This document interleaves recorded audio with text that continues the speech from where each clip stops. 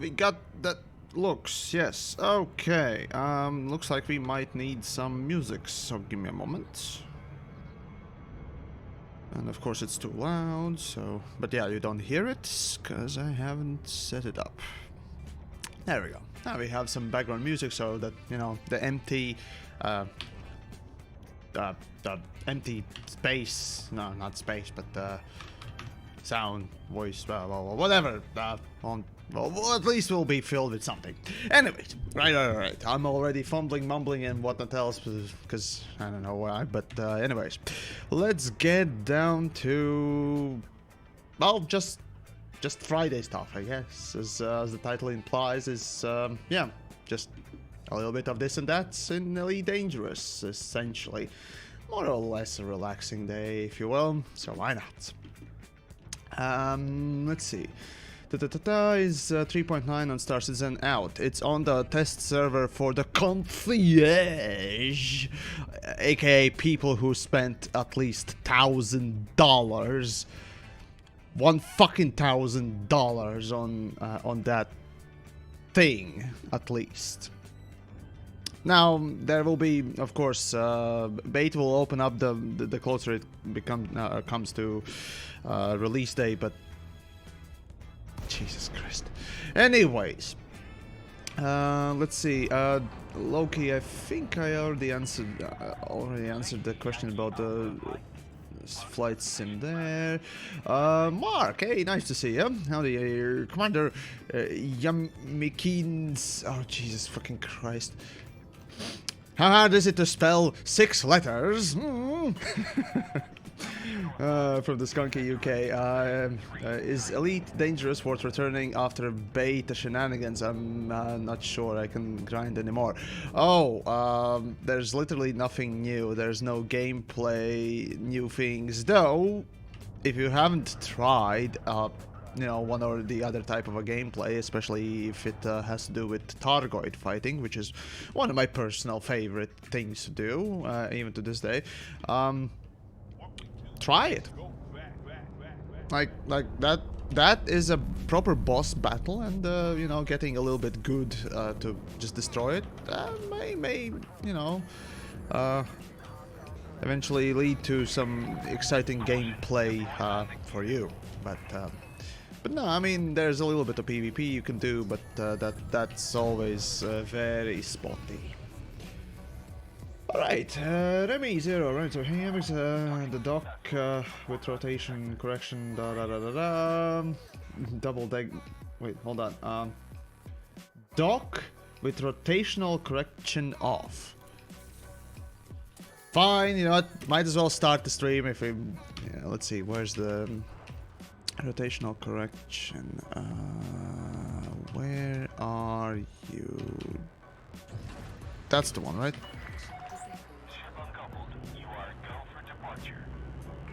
Ah, I see. Yeah, so rotational correction is this thing. Okay, that's easy. Flight assist off. Now that one's a bit harder, my friend. But okay. Challenge accepted then, Remy. Fair enough.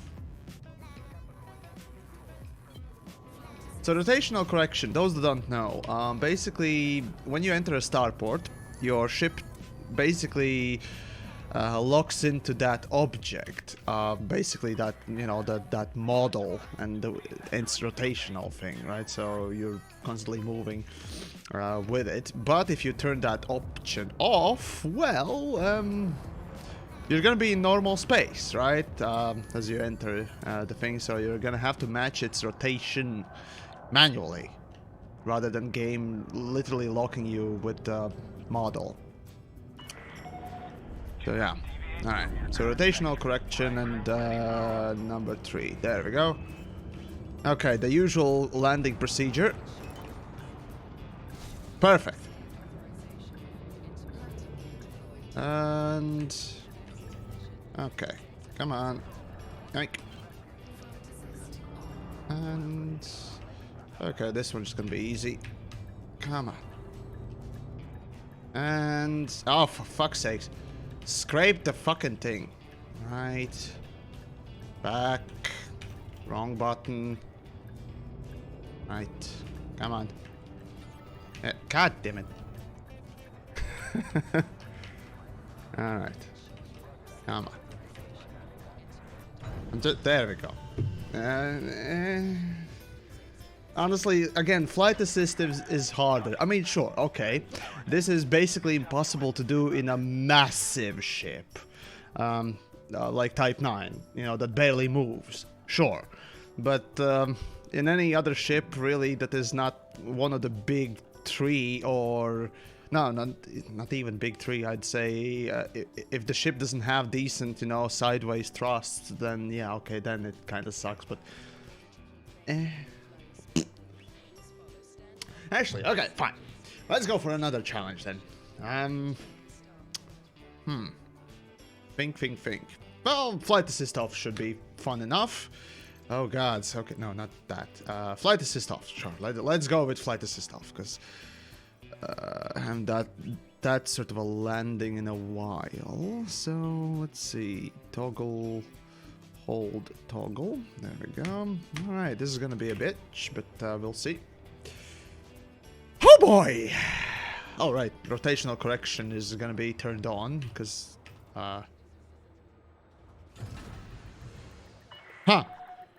it by default is on. Okay.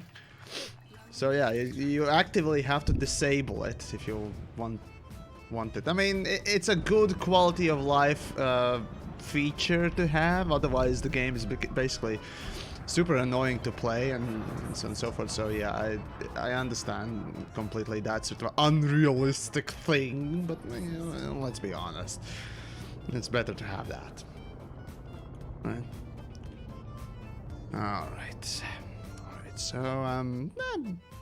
give me a moment. Last sip of my coffee.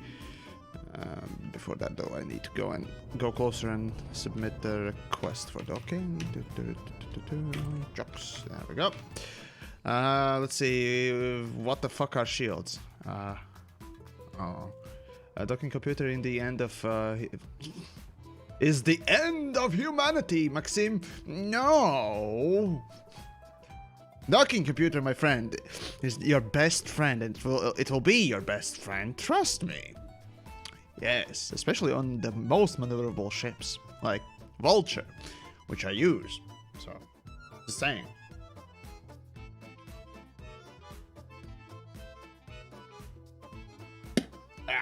Fucking. Alright. Alrighty then. Well, let's go. Flight assist is off. I mean, yeah, I have shields, sure, and landing with shields is gonna be super easy, but yeah, whatever.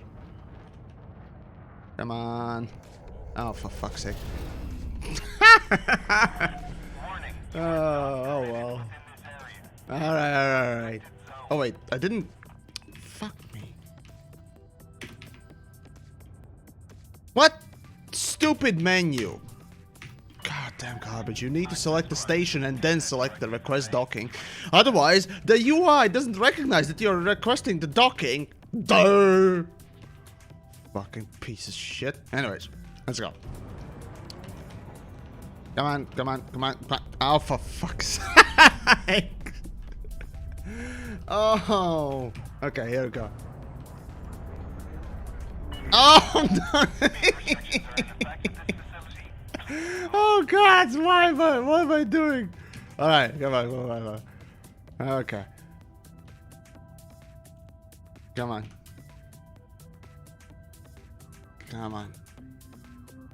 Come on, upwards thrust a little bit as well. Come on.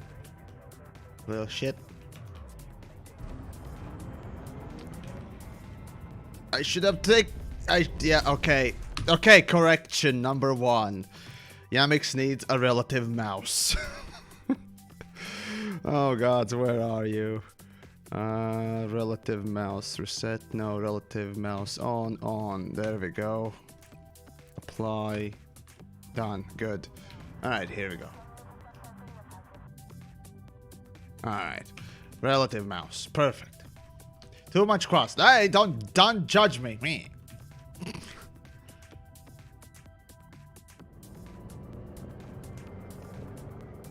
Alright.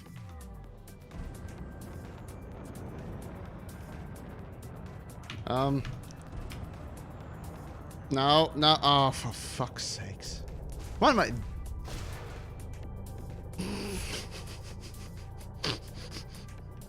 Okay. Still plenty of time, so it's all good. I'm just playing around. Yes, totally playing around. Just, you know, don't mind me, right? Yes. All right, here we go. Fine, this'll do. Yank and boost. I mean, why am I boosting in? Because that's more cooler than normal. And brace for impacts. Oh gods, what am I doing? All right, here we go. Everything's fine. Everything's fine. My shields are just doing fine and dandy, right? All right, 37. Where the fuck is that? Yeah, it's right in front of me, right? Kind of a whoopsie. Okay, here we go. Oh, come on! Oh, for fuck's sake! God damn it! Yes. I don't care. Attention, Commander. Do not block access to landing pads. Good enough. Good enough. All right, here we go. I'm flight assist off pro. That definitely, totally, yes. Here we go. Oh, come on, stupid thing. There you go. Flight assist off landing. It's great success. All right, yeah. Whew. Okay. All right, might as well change shit back to normal. Let's see. Yoink. Flight assist rotation. Blah blah blah blah blah. Listen to that. Chucks. Good. Okay. Right. Well, might as well change into some mining gear and off we go for mining, I guess, for the evening. Okay. Let's see. Now, although technically, I mean, it is already stripped, kind of, so let's see what I can do with the cutter. Why not? I said that I usually don't like to strip ships and constantly remake them into something, but well, whatever. I do want to make an event, so might as well have a cutter, you know. Anyways, there we go.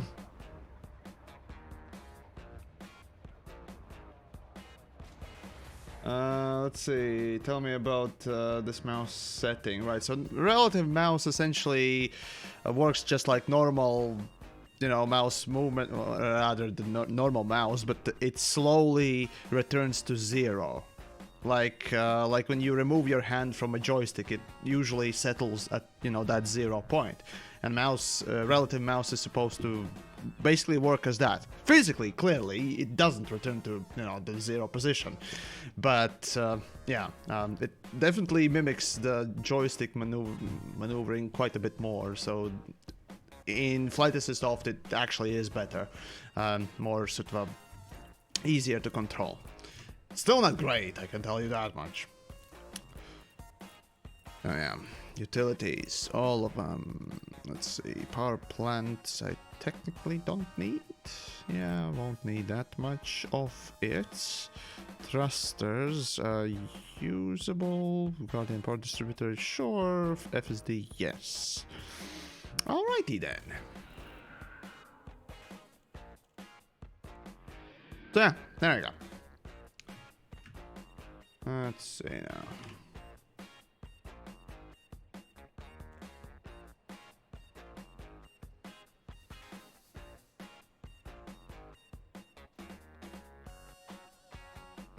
How much are my assets worth? Oh god, that's a good question, to be honest. So let's see. My total assets, do they show here? Current rebuys, no. Okay, stats, probably, there we go.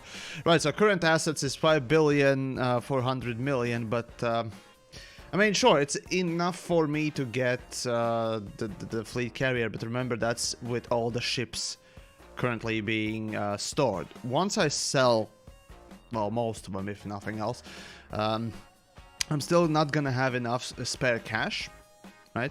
That's one of the problems, and the other problem is that most of that money is also in modules. So, yeah, I mean, modules you can sell for one-to-one price. Modules, you don't lose money when you sell modules. That's true. But that's kind of the thing, right? Right, I probably should... Yeah, fuck it, let's just go with this one. Experimental mining... Mining lazur. Mining lazur, yes. Need more mining lazur.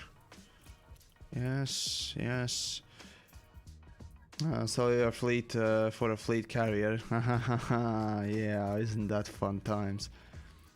What's the point of the fleet carrier at that point, right?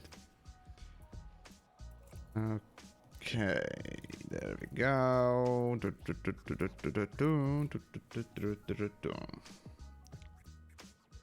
And, I mean, I could go with more, but 4 is already enough, I think. Ah, fuck it, let's go with one more.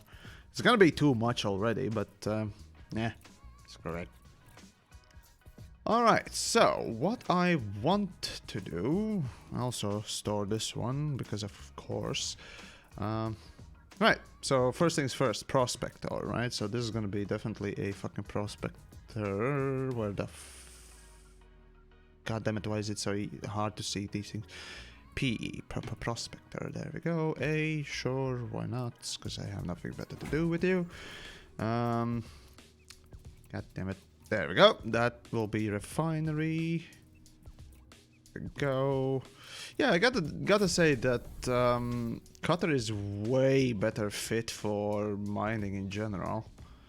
It has, let's see, actually, Lormon Brothers, where do you think I live? And, well, you know, according to that, you can kind of calculate what the time is currently, you know, so, you don't know where I live-ish, you know, you can always just, you know, look, damn it. Already people telling you where I am. Yes. Not America, I'm not sure where you live, sorry. Fair enough. Investigate. I mean, my YouTube channel does list where I come from, so wink, wink, nudge, nudge, you know. But right. What I wanted to do was to look up one thing, right? So, I want to look up how many limpets did I have on my Type 9, right? So we have right. So that's 3A. That's 2 limpets. So that's 4, 6. 9, 12, and that's 15. Yeah, so 15 limpets total. I can, or rather, I have on my Type 9. All right. Let's see. Actually, how many limpets did I? So clearly, I'm gonna have 2 of these slots for cargo. Clearly, that's the usual thing that I go for, and the rest is basically limpets. Oh wait, I need the discovery scanner as well. Fuck. Alright, so that basically goes with that. Surface scanners, detailed surface, because of course I need that. So now rest is in limpets, and that is a military one. Fuck, that's a military as well. Okay, that sucks. So collector limpet 5A. Oh wait, no, those were... Yeah, okay, I calculated everything correctly. That's 5, that's 3, that's 6. That's unfortunately again 5, so that's 9. 12. Okay, that'd be 15 already. Also 15, huh? Interesting. So it really doesn't matter which ship you take, Type 9 or Cutter. Both of them have exactly the same limpet. Or rather, limpet capacity.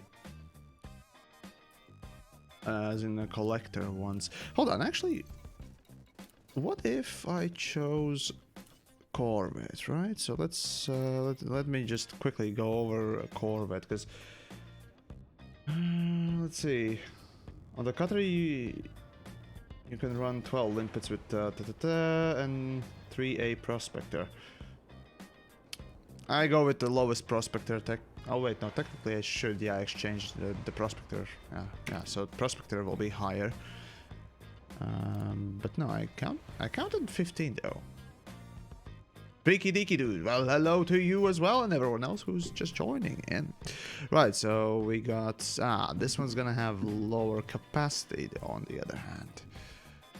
So let's say I put in, you know, cargo capacity, I put in cargo capacity, and there'll be another one basically like that one. So it's gonna have lower capacity, but let's see, so that's the discovery scanner, that's the prospector, a refinery, then there's 3 limpets, 3 limpet controllers, let's see, 3, that's 9, 12, 15 as well. Okay, yeah, Corvette is actually lower because these, well, these fucking slots are left for cargo and that, oh wait, technically you can exchange one of them for 2 and that would be, okay, so that's, oh god, maths, no, it's still gonna be lower. Because that's 4, yeah. Yeah, so technically it is less efficient to, well, mine in a cutter, for Corvette, there we go. So yeah, it is either cutter or I mean, it's either cutter or Type 9. Okay, it's not too bad, but yeah, I'd say cutter would be a better ship.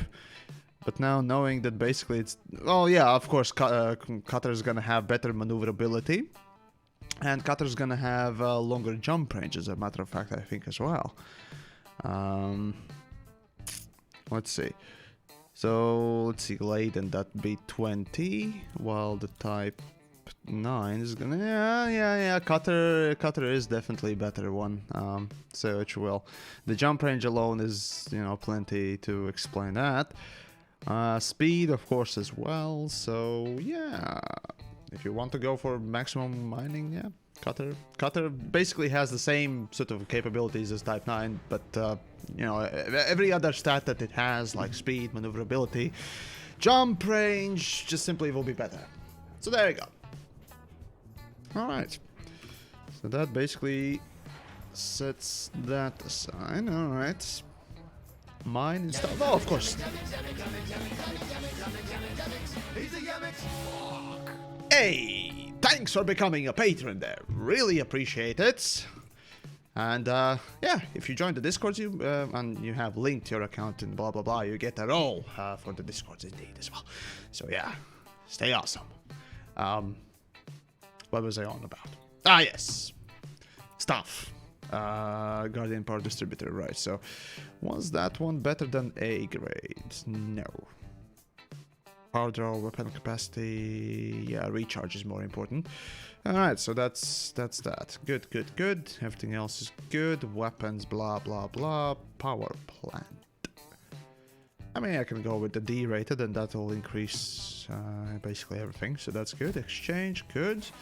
Power, blah blah blah. Okay, so yeah, basically there we go. Things are working out. Alrighty then, what's your opinion on Star Citizen lately? It hasn't changed since beginning of time, really. It has been basically just bleh. I'm observing it, really. It's not great, but yeah. And lower main. Ah, gotcha. Right. So well, hey. So yeah, it's kind of hard to just connect the names and whatnot. So thank you. And let's see. Oh, and Fifilito, right? Oh, hey Yamiks, boy, do I feel bummed about the fleet carriers. Had hopes, haven't played months, and now the urge to log in Elite has just vanished. Welcome to the club, buddy! It's great, isn't it? when developers don't give a fuck about their players and want to introduce garbage mechanics. It's amazing! Yeah! Well, hey, at least you still got me, right? You all can still watch me. Right. I wanted to do something. Yes. Hello? General Remobi? Hello there. Okay, so...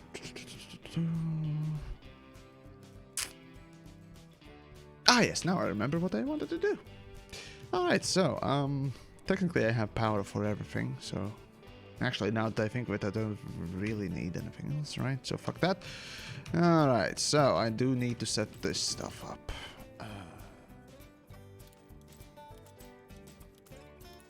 Alright. And that's gonna be that. Basically, that should work, I think. Yeah, that should work. Alright, let's see. So that's set. Limpets, of course. But before that, blah, blah, blah. Okay. Alright. Limpets it is, and off we go for mining then. Whoop-de-doo. Restart. Are you in your private group? Am I in my private group? Nope. I'm in solo. Alright. You wanted to come along? Oh yeah, I haven't actually done mining that much, so I thought I'd try it out. The unfortunate thing is that my private group is kind of, you know, filled with people that, that I had plenty from the last mining adventure that I did. So it'll take a time to remove them and so on and so forth. So here's the thing, folks. I do want to organize another one before the 30th, when they pick up the data for the betas. So I might need some help on that, of course. Of course, that'll come in a little bit later date. I still need to finish a few sort of projects and so on and so forth. So for today, I guess I'll have to just go with the solo thing. It's just easier. So hopefully you don't mind. Yeah, that's all good. Alright. Let's see. What did... I'm still missing something. I feel that I'm missing something. Have the jump range. Have everything set. Okay. No, I think everything's okay. Methinks.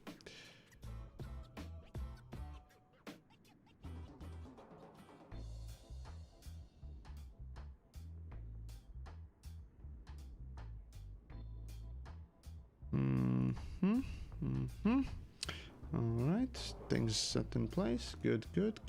Okay, well, I'm ready. Off we go for Boron once more. Alright. You don't need all mining lasers, only need 2. Well, that's true. That's true. I don't need all the mining lasers, but I can have them. So... yeah. I technically used 3 of them, as a matter of fact, on my Type 9. It just simply allows to quickly get... ow! Quickly just get that rock basically done, and I can move on to the next one as... or nearby next one. That's the idea there. And, yeah. But yeah, seriously though, yeah, you can easily just go with, you know, whatever amount you feel comfortable with, and god damn it. Already one fucking thing is wasted. Yeah, wow.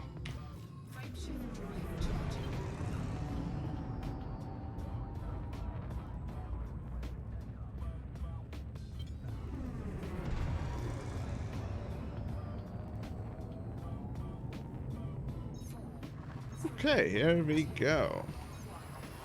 Yeah, you need the fuel scoop. No, not really. I mean, sure, maybe getting to Boron is gonna be a bitch, but no, not really. So yeah, just let me show you how to get to Boron if you... Well, technically I still have plenty of jumps there, so... No. No, I don't really need to. If I didn't had enough jump, or rather fuel for jumping to Boron, I would just simply switch to economy and jump a couple of jumps with economy and then be done. That's how you get to places that, you know, are just a little bit out of your reach. Yeah. Silly YouTube chat thinks that you need a scoop to go mining. Well, no, it's a fair concern. I mean, if you want to go for a, you know, full safety equipment thing, go for it. Why not? So yeah. Let's see. I've been doing the deep core recently for low temperature diamonds. Do you just drop in a hotspot and prospect spam? And then later collect? No. What I usually do is not do deep core mining. Unfortunately, deep core mining is quite a bit more annoying to do than just a normal laser mining. It's basically just more annoying. You need to constantly look and pay attention, while with a, you know, normal laser mining, just pop. Oh, that thing has the things that I need. Get it. So yeah.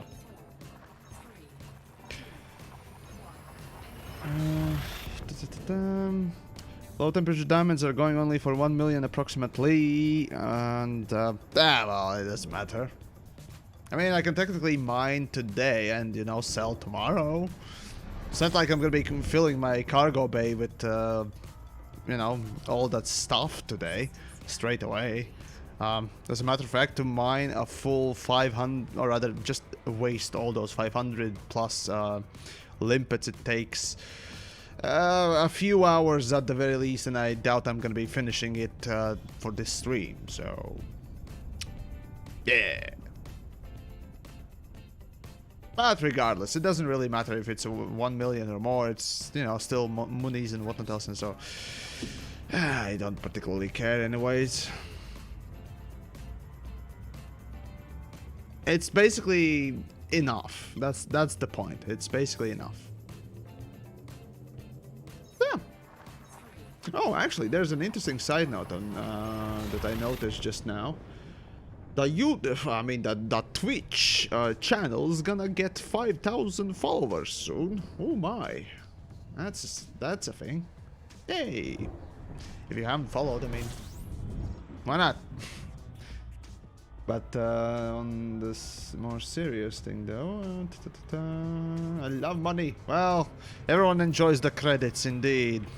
You can sort of never have enough credits, especially with the fucking fleet carriers coming. But yeah, fucking fleet carriers, man. And okay, if you're talking about fleet carriers, right? There's that idea that I heard from some people that developers are literally placing fleet carriers in the game to sort of soft limit the amount of available cash that players have. Basically drain everyone's pockets, or rather the top players' pockets constantly, so that, you know, the game's in-game economy, that non-existing economy that they have, is not so borked. And who's to blame for that borked economy, I wonder? Well, yeah, that's an interesting one, right? That's a mystery, my friends. That's a mystery. Who's to be blamed for that horrible economy? Is it really, you know, content creators like myself who, you know, tells people how to best make quick money and, you know, exploit the game and whatnot else, even though it's most of the time not exploiting? I don't know, really. I really don't know. I just, you know, I don't know. No, it's totally me, right? It's totally me. Yeah, blame me. Blame me for your, for the in-game economy. Yeah, there you go. It's great. Fucking hell, man. Forgot how much of a brick the Type 9 is to fly. Oh my. Alright. Hotspots. All the hotspots. Let's see. We have some hotspots. I think that one should be with... Whoop. Yep, that's the triple spot. I think.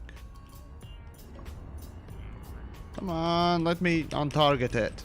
There we go, and... Yeah, whatever. Just full speed ahead, fuckers. Oh. Yoink. There we go. Good enough. Perfect. Alrighty then. Let's see. Alright, so fleet carrier update should be renamed Blood Blood Diamond. No, it's more of a blood draining. Blah blah blah. Yes, developers want your blood. Fucking hell. But no, yeah, it's in part a very shallow attempt at making in-game's economy a bit more predictable and balanced, if you will, which is pretty fucking pathetic, to be honest. So yeah, fun times. And that's not what I need. I swear to God, you just reminded me that You're very silent, dude.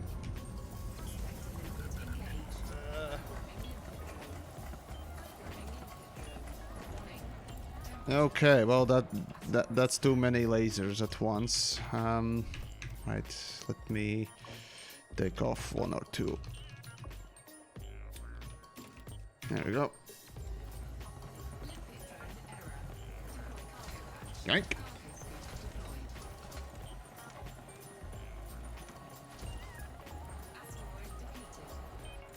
Is that better? Maybe a little bit. Okay, I'll turn you up a little bit.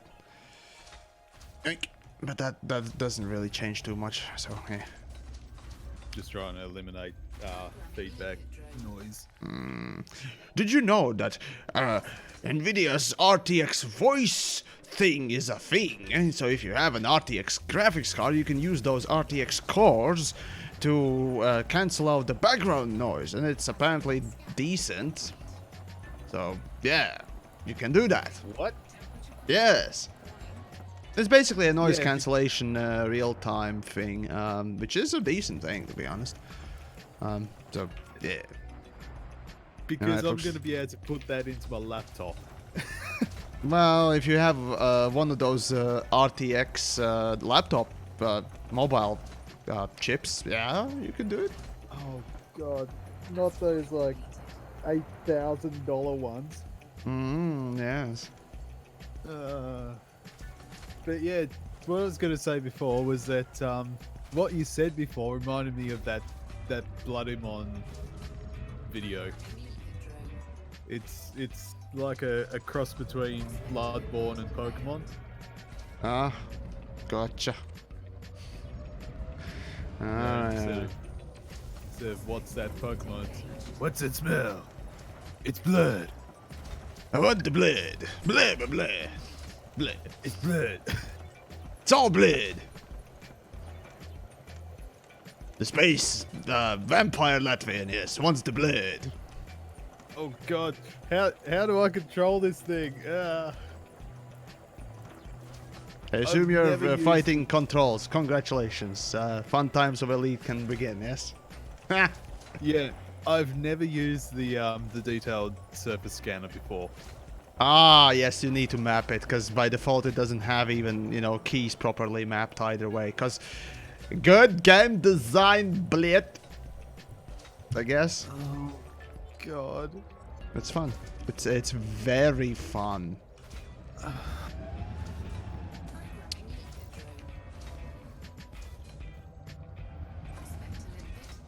Send help, please.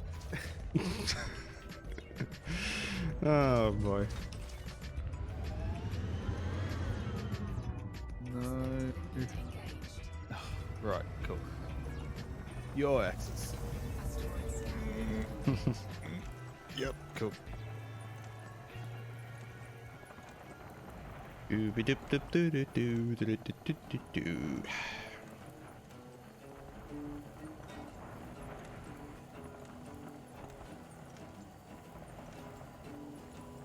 Binding is an art form. I have yet to master it. Oh yeah.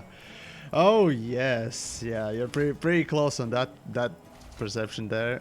It's you know, the thing is, I keep, you know, at least congratulating Elite for having default key mapping nicely done back in the day from, you know, the basic things like flying and so on and so forth. But even those kind of tend to fail these days because, again, there's just been so many things added to Elite Dangerous over these years. It's just... you need to sort of re-examine your default key mapping, guys. I know it's, you know, you don't need to. It really won't add any immersion, whatnot else, or sales values for your game, as a matter of fact. But that's the kind of a thing now, isn't it? It does actually introduce your new players to some decent game stuff, rather than them struggling, not even starting to play the game, already struggling. That's not great experience now, is it? So, yeah.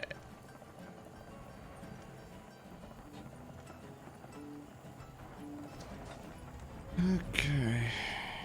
Dun dun dun dun dun dun. Alright, I have no idea which hotspot I'm meant to be aiming for. Just crash your face into one of them and it'll be okay. Or in between Okay. them. Again, that's what I did. I mean, yeah, and that's what I did. Oh, right, I forgot to exchange the fucking prospectors. Ah, whatever, it doesn't matter. I always need just one prospector anyway, so it doesn't matter.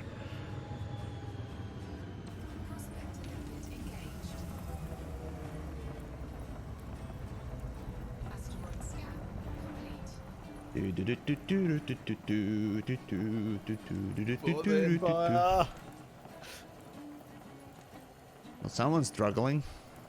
Oh my.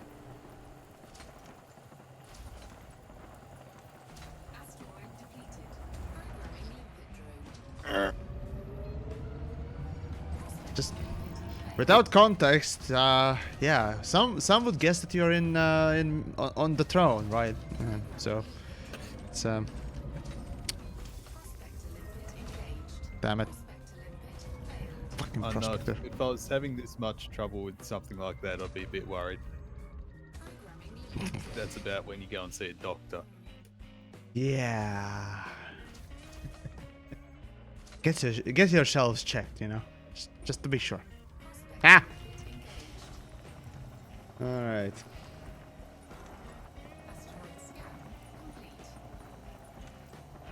All right. Wait, did I?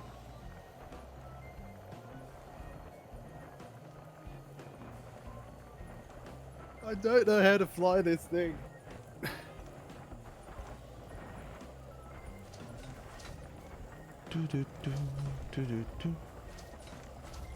Quality gameplay. Oh yeah, it's you know, Elite Dangerous is always quality gameplay. Developers have certainly created a gameplay structure that is pure and amazing quality content right there. It just screams effort and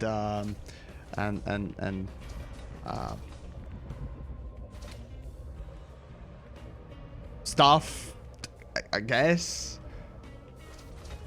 Personal narrative. No, that's just a part of it. That's the thing.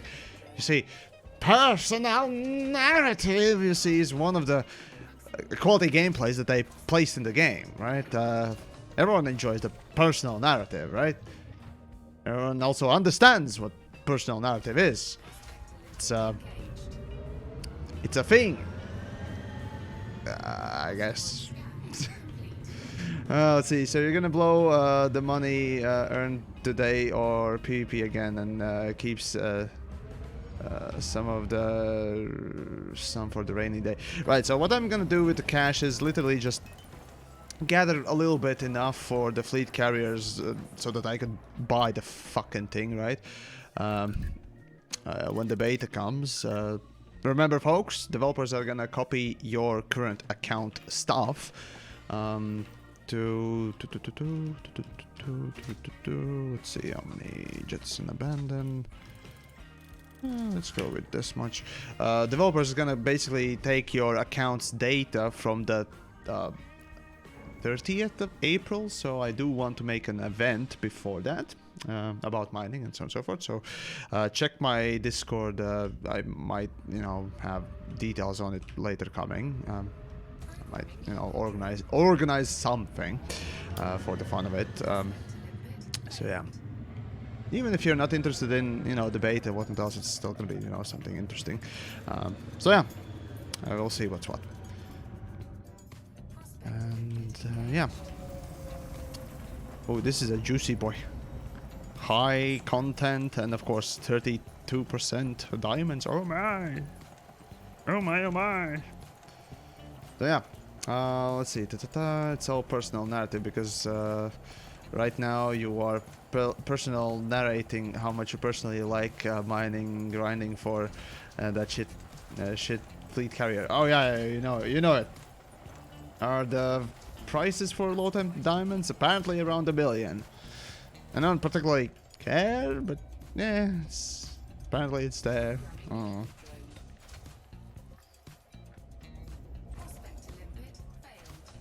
Oh crap.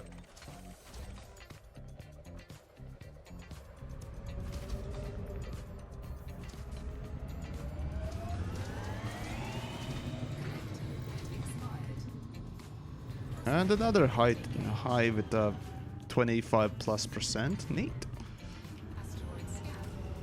I'm full of I'm still full of crap. Ah! Alright, let's go with a few more.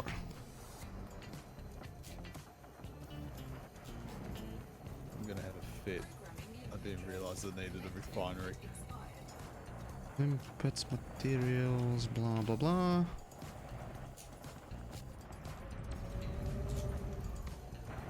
Come on, just mine faster, you crap. 12 billion, so fuck mining for now. Loki, good on you. Good on you. Who the hell uses my multi-crew? It crashes every 3 minutes. Pure passion. Yeah. You're pretty much right there. Multi-crew is an amazing feature for Elite Dangerous that has been oh so wonderful, just it's great. It's amazing. I love multi-crew so much, right? Everyone enjoys playing with it and using it. It offers so much gameplay. It's great. It's totally, yep. Forks is intended. Everything how do you find in the Elite sweet Dangerous works perfectly. Yep. How do you find the sweet spot where you are getting nothing but high content asteroids? No idea. You tell me, because I'm just literally dropping in between the 3 hotspots and just, searching for any low-temp diamonds. That's the plan for me for now. Like, yeah, that literally is the plan. I really don't care whether or not it has high or low content, just mine everything basically, so there you go.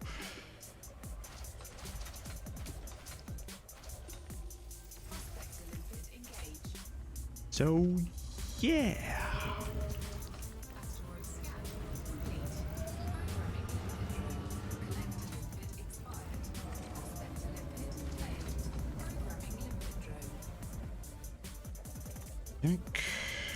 Okay, let's see.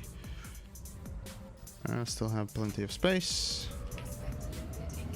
Do we have any low-temp diamonds still in the air? No, nothing. Okay, good. Now there are some materials, but who cares about those, since I get full capacity of them anyways.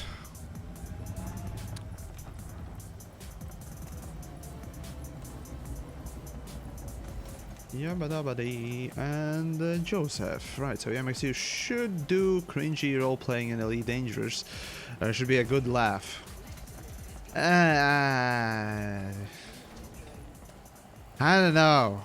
It can get pretty horrible, and I don't want exactly everyone to just clench their butt cheeks and chest cavities so hard they explode. So, for the safety of you, me, and basically anyone that is even remotely familiar with this game, yeah, it's not a great prospect of just seeing, you know, potential fans or not even fans just, you know, explode due to amazing skill that I have, right?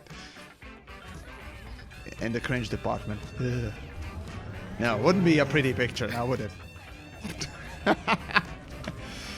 Emily, hey, nice to see you once more. Evenings, how's it going these days? Anything interesting?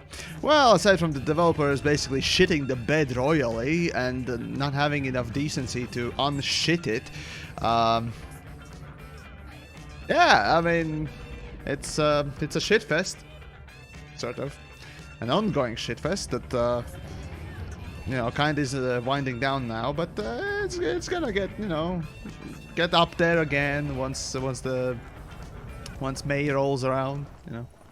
So fun times for all of us. Woohoo!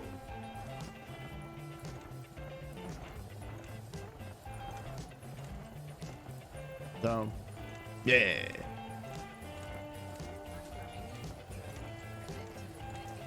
Stupid limpet, stop dying! Meh. Dicks. I'm sorry, but the implications of someone unshitting kind of disturbs me. Yeah, I know, right? That's an image that that you can take to bed tonight, right?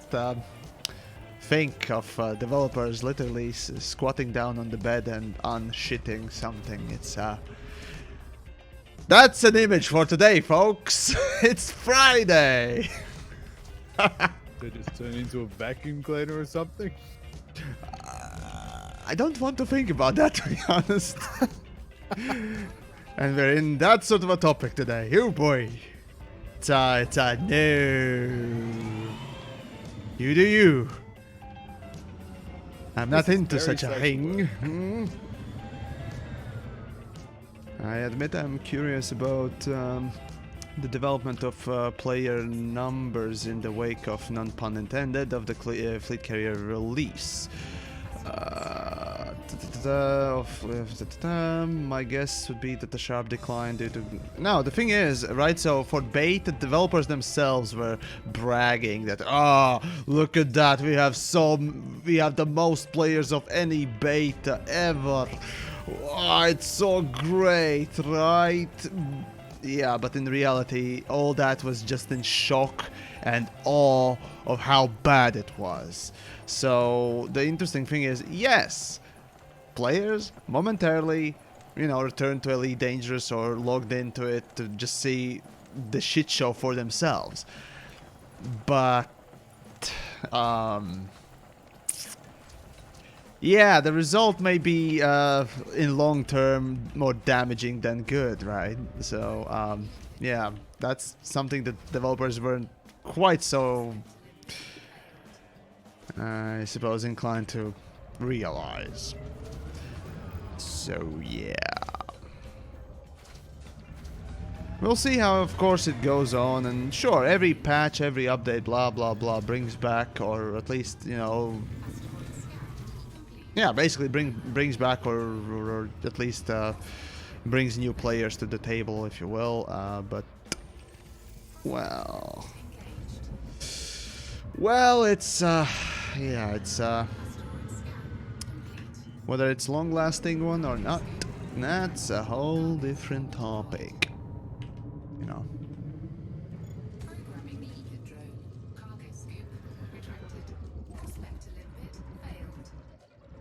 Oh yeah, there we go. Do, and Limpet's gonna die. Oh, Limpet's gonna die. The fucking Limpet's gonna die. Whoop-de-doo. Well, I'm gonna pop out to another voice chat. Alrighty then. Thanks for having me. Sure thing. Cedron, well, hello to you and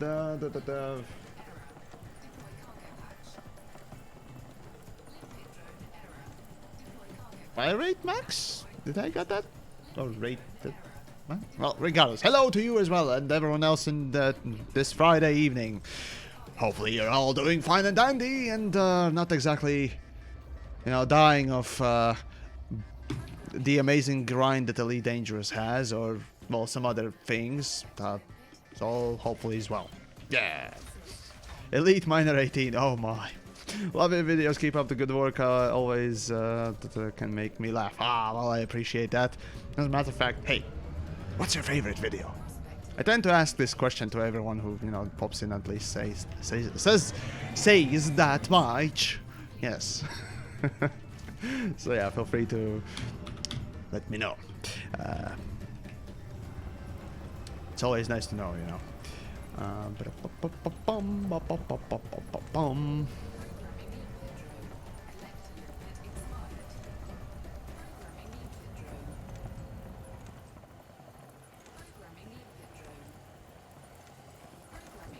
One of the best videos are the ship review videos. Well, that is something that quite a lot of people, you know, subscribe to me for, and yeah, I'd like to make more videos, and of course, do expect the fucking fleet carrier review as well, eventually, of course. So basically, wait for the June.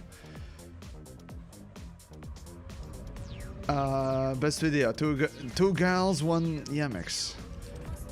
Don't know that one though, but sure sounds like fun times. Haha. Oh boy. But yeah, let's see. Laughing and saying you'll never get a fleet carrier. Yeah. Oh boy, oh boy.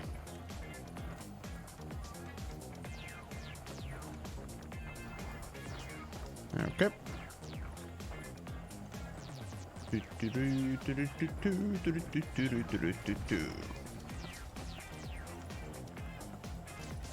Okay.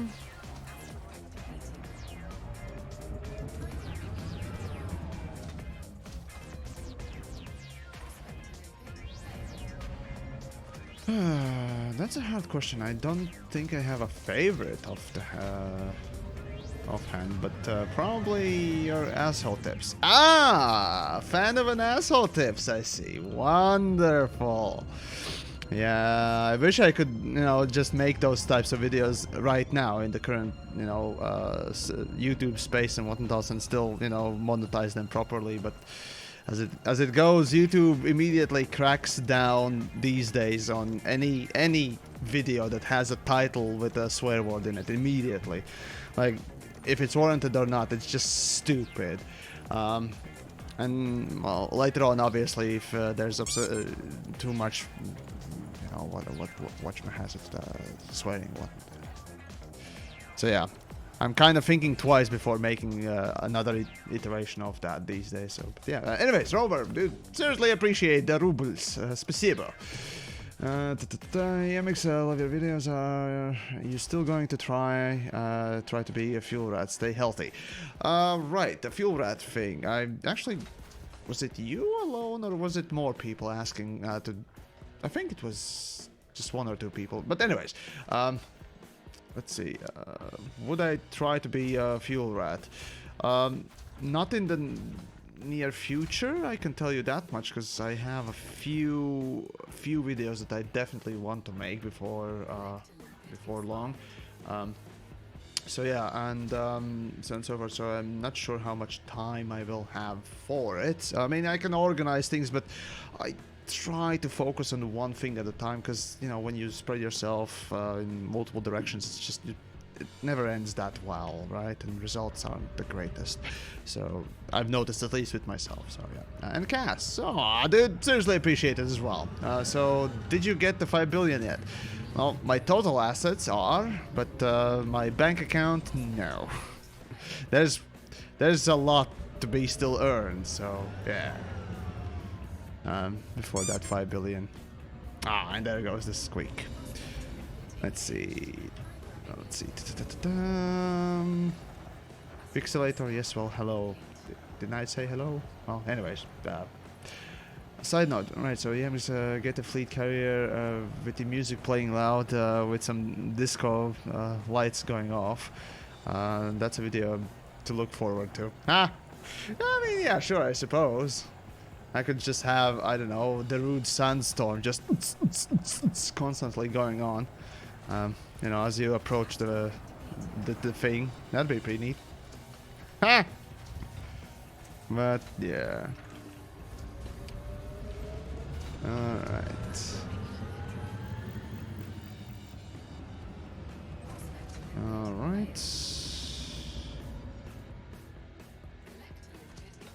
Oh, come on, stupid. Stupid prospector, man. Like, honestly. Okay, let's see. Hard bass. Oh yeah, cheeky breaky blade. Yes. It's good old cheeky breaky, yes.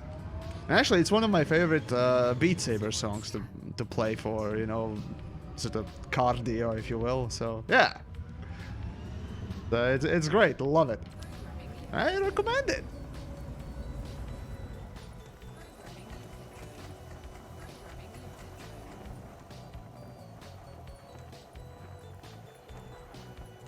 Right.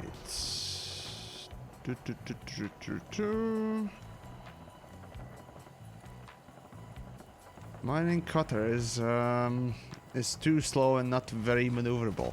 Well, mining cutter is the same as Type 9 mining build, i.e. the best mining setup you can have in the game. But the problem with both of them is basically that, yeah, they're big lumbering fucking things. True.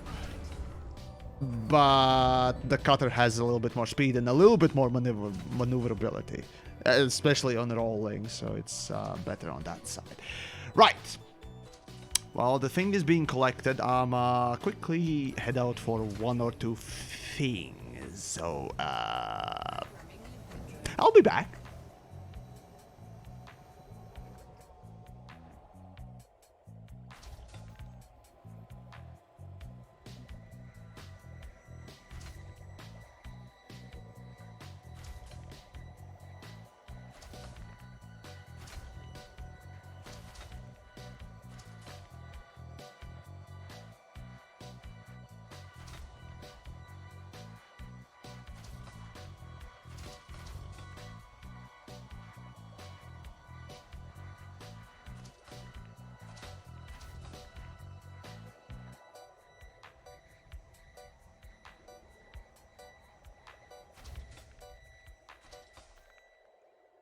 Collector limpet expired.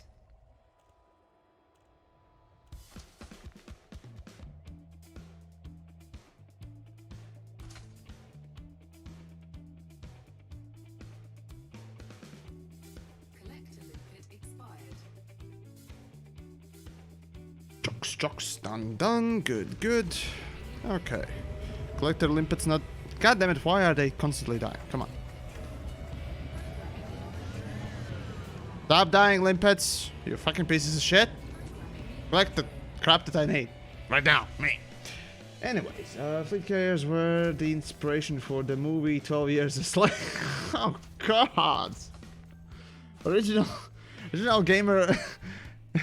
That's a bit much, don't you think? Oh, God. And the limpets are just dying because they just enjoy dying. Okay, great fucking pieces of crap. Yes. Okay, here we go.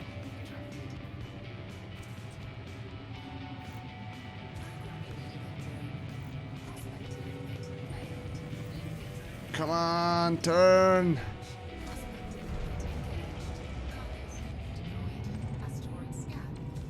Hey, there we go.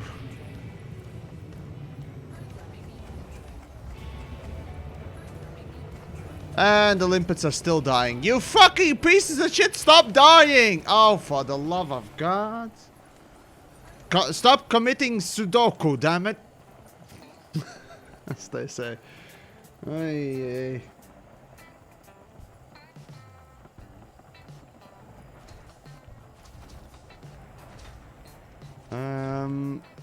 Agent. If you hate Braben so much, why do you have a bobblehead? Who said I hate Braben? I don't even know the guy personally. Like, what? Where's the logic there, buddy? Anyways, Ranken, Ranek, sorry! Right, so Yamiks, what I like, or rather liked about mining in Qatar is that the bottom is flat, flat enough for... Is it really? Kinda.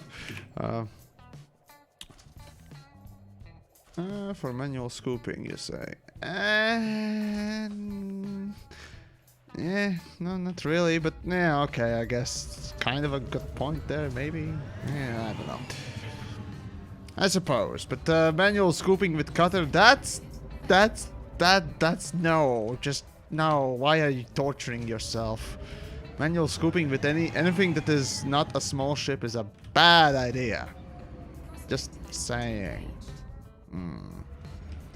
Well, in any case, Joseph, sorry. Yamiks, can you set the limpets to only collect the material you want? Well, these days, yes. They implemented that. You can put things in ignore list, and they will ignore it. Let's see. Watching you mine is kind of boring, but your commentary makes up for it. Oh, come on.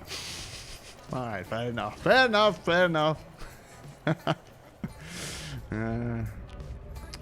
Yeah, I guess it is, Well, I mean, it is Friday after all, just a little bit of relaxing stuff. I mean, I could go and technically do a little bit of PvPing, which would be kind of nice, honestly.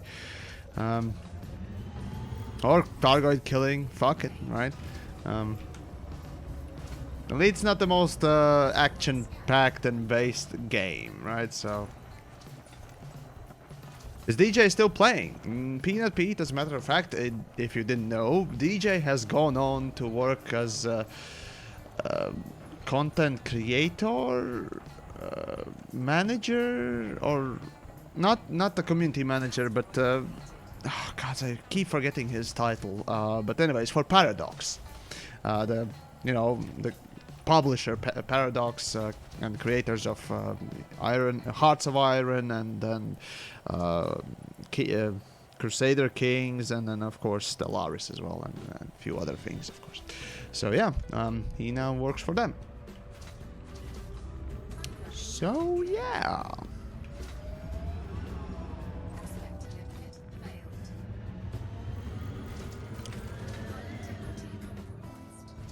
Okay. Now.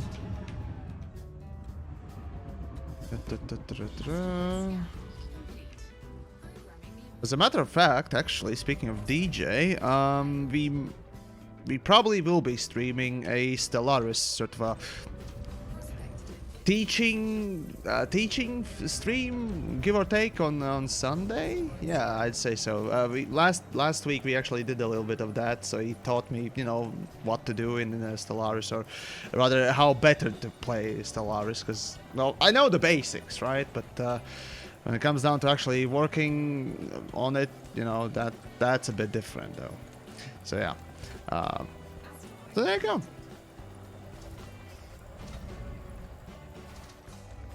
Yeah, we'll do a little bit of Stellaris, indeed, myself.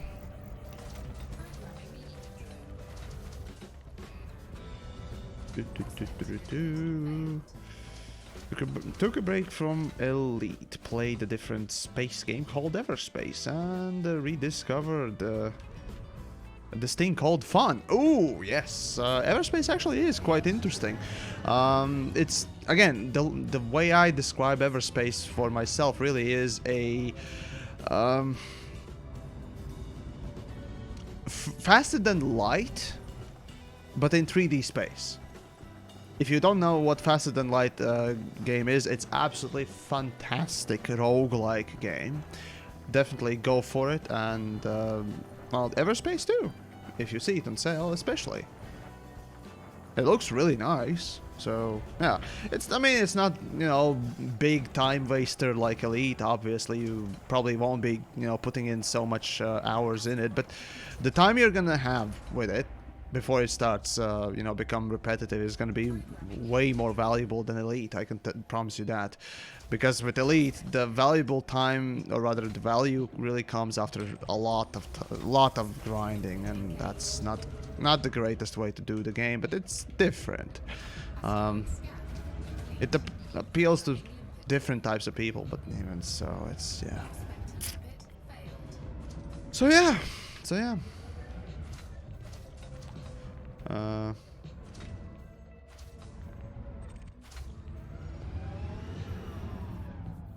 Let's see. But yeah.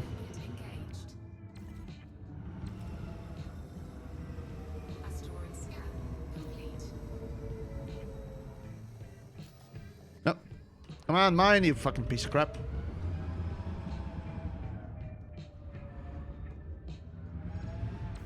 Jesus Christ. Anyways, there we go. I'm starting to lose the limpets because they keep fucking dying. Damn it. But oh well. Okay, well, in any case. Let's see, an old question, but where do you see Elite going in the future? Space like fleet carriers, atmospheric landings? Right, so Elite Dangerous, if we believe the leaks that have been, you know, given to us on last year's April, you can go on my channel and actually just write in a leak, and you know, in the video search you're gonna find 2 videos that I made about that stuff. They basically, you know, refer to Elite Dangerous having space legs and building on surfaces, like in No Man's Sky. Essentially, according to those leaks, if they are to be believed, and thus far they haven't been wrong on the DLCs for other Frontiers games, so it kind of has credibility.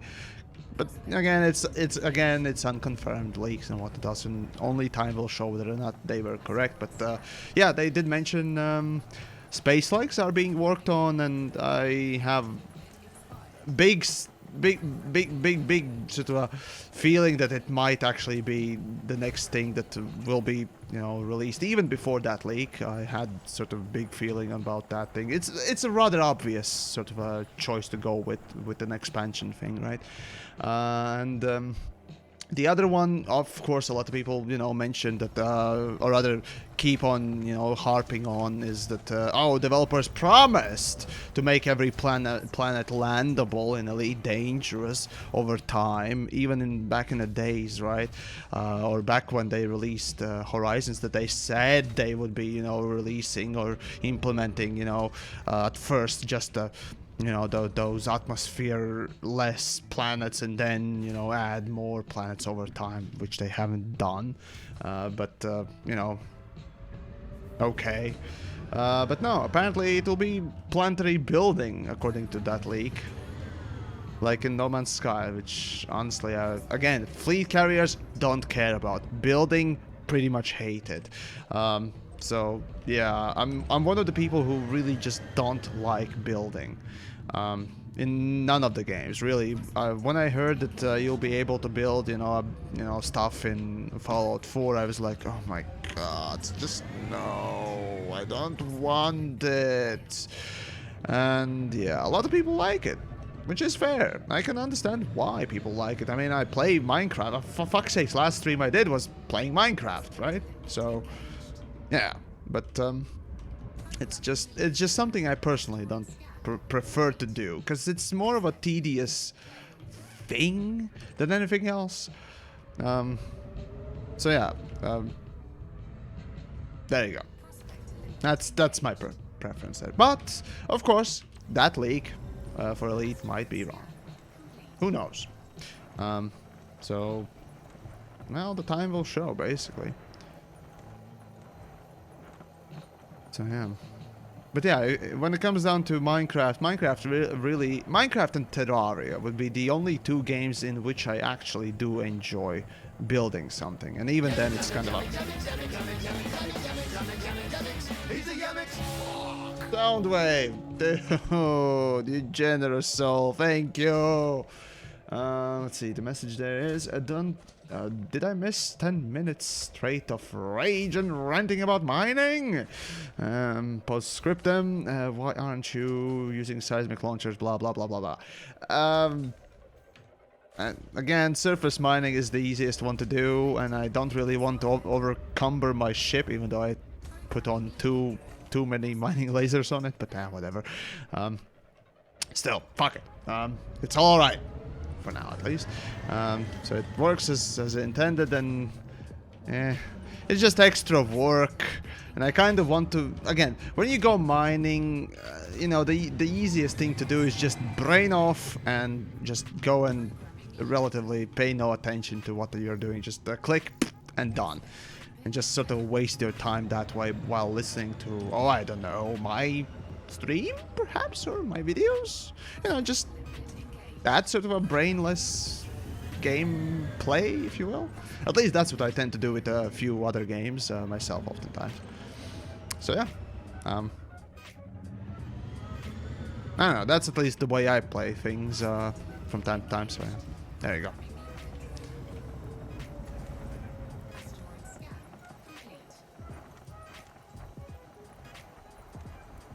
Blood Snail, right? So.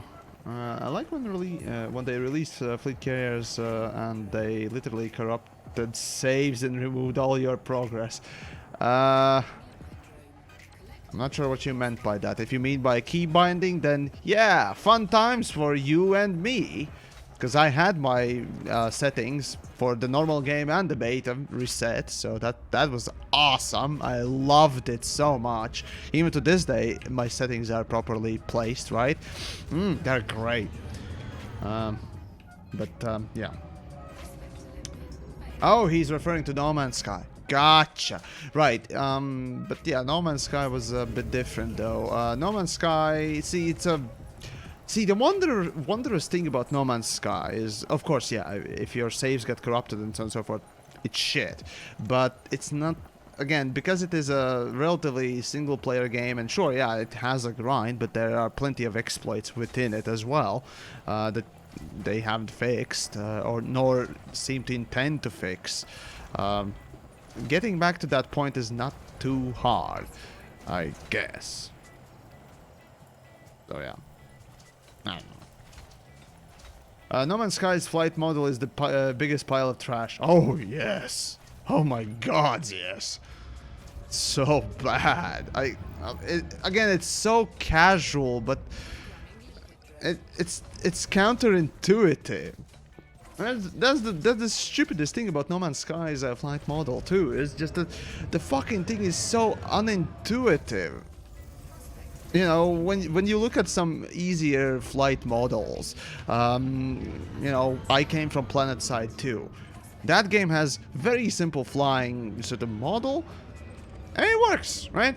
Sure, it's kind of iffy to get into it, but at least you don't feel like your hand is constantly, you know, being forced or moved by the game itself. That's one of the things I never liked about, you know, No Man's Sky. And still don't, as a matter of fact. But it is made as a casual thing, and they made it super casual, so yeah, it's the result of casualness, if you will. Ah, the filthy casuals, man! You know, that sort of stuff. Yeah, but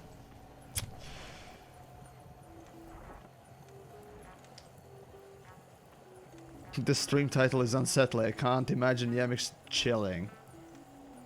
Oh, it's Friday, you know, it's just, I take my time, you know, sort of enjoy company of decent folk, you know, It's not that every day I'm gonna go and, you know, just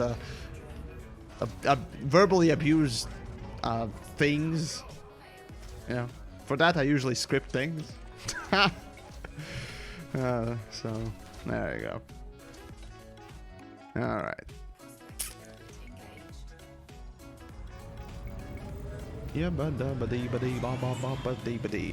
Cutter without shields. I'm in solo. What do you want? Like, are you telling me that in solo you need shields? I mean, technically I did die last stream on Elite Dangerous, as I didn't... Or rather, I failed an NPC interdiction, which is still a very embarrassing thing. And I lost to an NPC as well, which is an even more embarrassing thing. But, well, still, the fact is, just... You technically don't need, and with the cutter especially, you don't need, because it is more, you know, maneuverable than,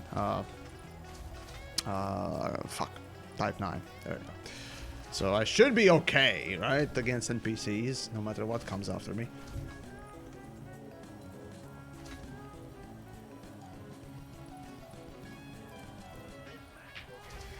Okay.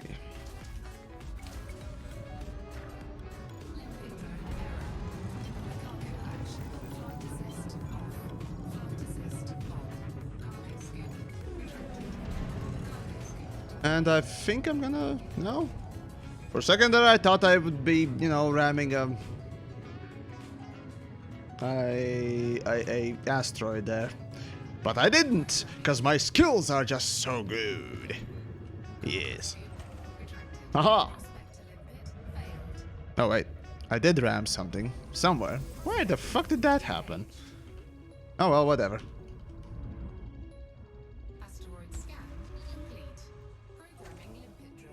But yeah, where the fuck did I lose that? Oh. Huh. Well, whatever.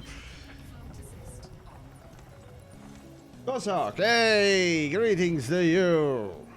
How are we? How are we? Solo play combat log. Yeah, I suppose. You could do that always, but it's still against the rules.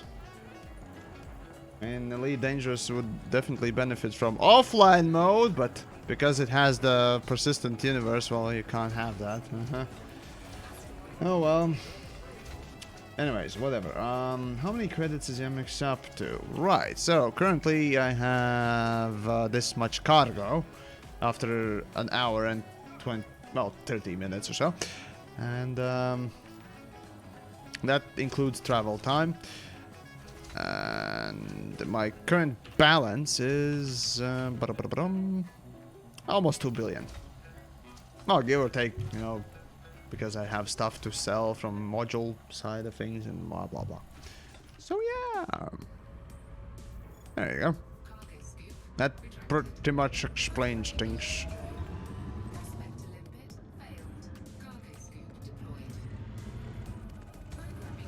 Prospector, go, go, Prospector, go. Go, go, Prospector. Or whatever the Power Ranger thing was. Go, go, Power Rangers! You know, that stuff. Though I didn't really watch that much of it. Oh well. Any other games? Alpha projects you may be interested to stream these days? Destron? Well, Minecraft.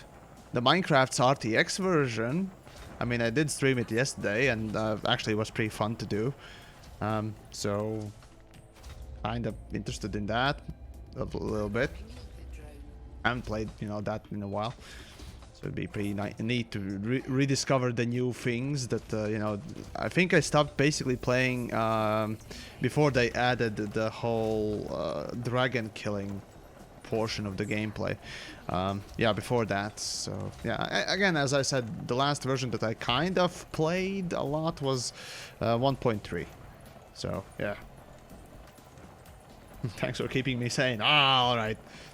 Oh, and fuck you, TheYamiks, for streaming Minecraft RTX. I'm interested in buying the RTX card. Oh, sorry. Well, eventually, again, the thing is, remember that eventually you're gonna get that ray tracing, you know, over years your PC will sort of not wither away, but may break, and sort of you're gonna have to.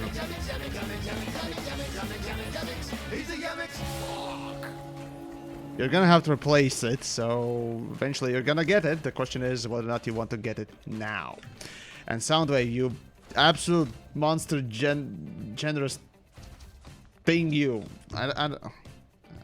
What? I don't know what to tell you. Holy fuck, the goal is also... Yeah, the goal is also fulfilled. Dude, seriously, appreciate your massive contribution there. I don't know what to tell you. Thank you, of course, yes. Complete your goal equals rant rage. Question mark? Don't want to unsettle the eager viewers, Ruffle. Let's see, reaching the goal, rant rage. Well, for me, really, it's... Not sure, though. No, not necessarily. I mean, usually when you reach your goal, it's not a rage or a rant and stuff. It's usually sort of a release of the frustration, if you will, and then that accomplishment feeling, if you will. Well, it depends, of course, what the goal is, of course. Even when it comes down to, bad game, finishing a bad game or making a horrible games review or what else, right? That's usually just sort of a release of that thing, and then pat on your own back that you finally finished it, that sense of accomplishment, rather. But, well, I don't know. Well, I really appreciate it, dude. I don't know what to tell you. Yeah, where was I? For an idiot, in a Python, it is better to do Robigo missions or Seos missions for the Saltis run. That's a good question, actually. See, Robigo actually offers a little bit more cash because of the distance, but they are very close. I'd say Robigo is a bit better because literally there are less factions within Robigo that you need to contend with or rather there are less stations, right? There are less stations in Robigo than in Seos, right? So that kind of gives you that smaller, more condensed version of it. Also, it offers you longer travel times and less sort of a constant need to manage everything, right? You have more time to, make mistakes or, relax, if you will. So I'd say that is even better for that. Though they're both basically the same-ish, so I'd say try both. I haven't done them in a little while, so I haven't tested, but there are a few things that I can say they're similar-ish. Still need a little bit of testing, to update the data, but I just can't be bothered. And Jake, thank you, and you got a squeak there. Thank you. Nice bobbleheads. Yeah, those that are wondering, let's see. Oh god. So let's see, the Braben one and the Pilot ones, those are from Frontier Expo 2017. Then the Jack-o'-lantern thing and the Guardian Fighter one comes as a present from Jenner there, a friend who basically just was generous and gifted that stuff. And the holo thingamajigs actually come from the squadron. Those are basically rewards for being in a squadron at the time when it reaches leaderboard number 1, right? Whatchamahazard. So if you're in AXI, you get number 1 on week on and week out for anti-Xeno, and you get that stuff. So basically you're gonna get rewards for these things. And as you can see, there are a few victories that the Dead Horse Squadron managed to accomplish back in the day, right? So yeah, these days we're not that high anymore because again, people basically just joined and It was just to show that we can get to 500 and there would be still many people who would like to join a squadron. And 500 member amount is bullshit. And shouldn't be there and should be increased, as a matter of fact, to way more. To way more. As a matter of fact, I have, you know, Dead Horse Squadron 1 is done. But there's Dead Horse Squadron 2, which is half full. Right? As a matter of fact, I could log in and accept them. But I don't want to bother with, you know, logging in constantly. But yeah.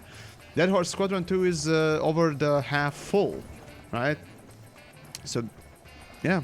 Actually, I could... give me a moment. I think it was half full. Bro, Squadron DHS 2. Yeah, it's over half full. So yeah, that's led by TheYamiks. My exploratory account that I requested from Frontier and they so graciously actually gave me. So yeah, there you go.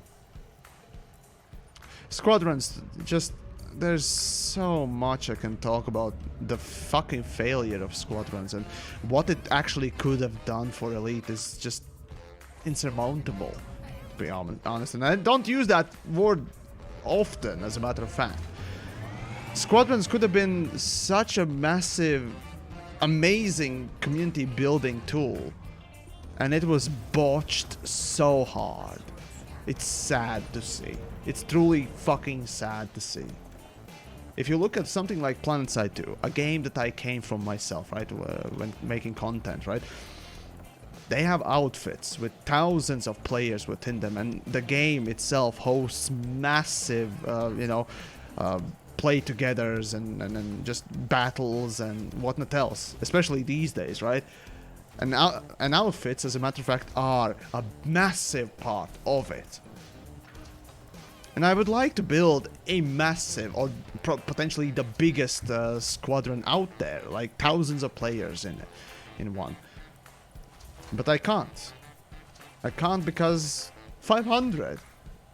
Do you know how little 500 is in reality? And I'm not really talking about that coming from basically a content creator's perspective, you know, somebody who has a following, like, you know, right now, me being watched already by about 200 people, right? That's the thing, not even that. There are plenty of groups, AXI would be a great example, who alone can, you know, muster thousands of players who are interested in just that anti-Xeno initiative, you know, killing Targoids and stuff. That's just, and not to mention Cannon or Fuel Rats, better yet, right? I mean, imagine how much fucking good Fuel Rats could do if they actually had one fucking one outfit or one guild, you know, one squadron in Elite Dangerous, with decent tools to mark places and do things, and fleet carriers too, right? But no, unfortunately, we can't have that because, well, basically, fuck you. We need leaderboards for the fucking squadrons because, well, again, fuck you!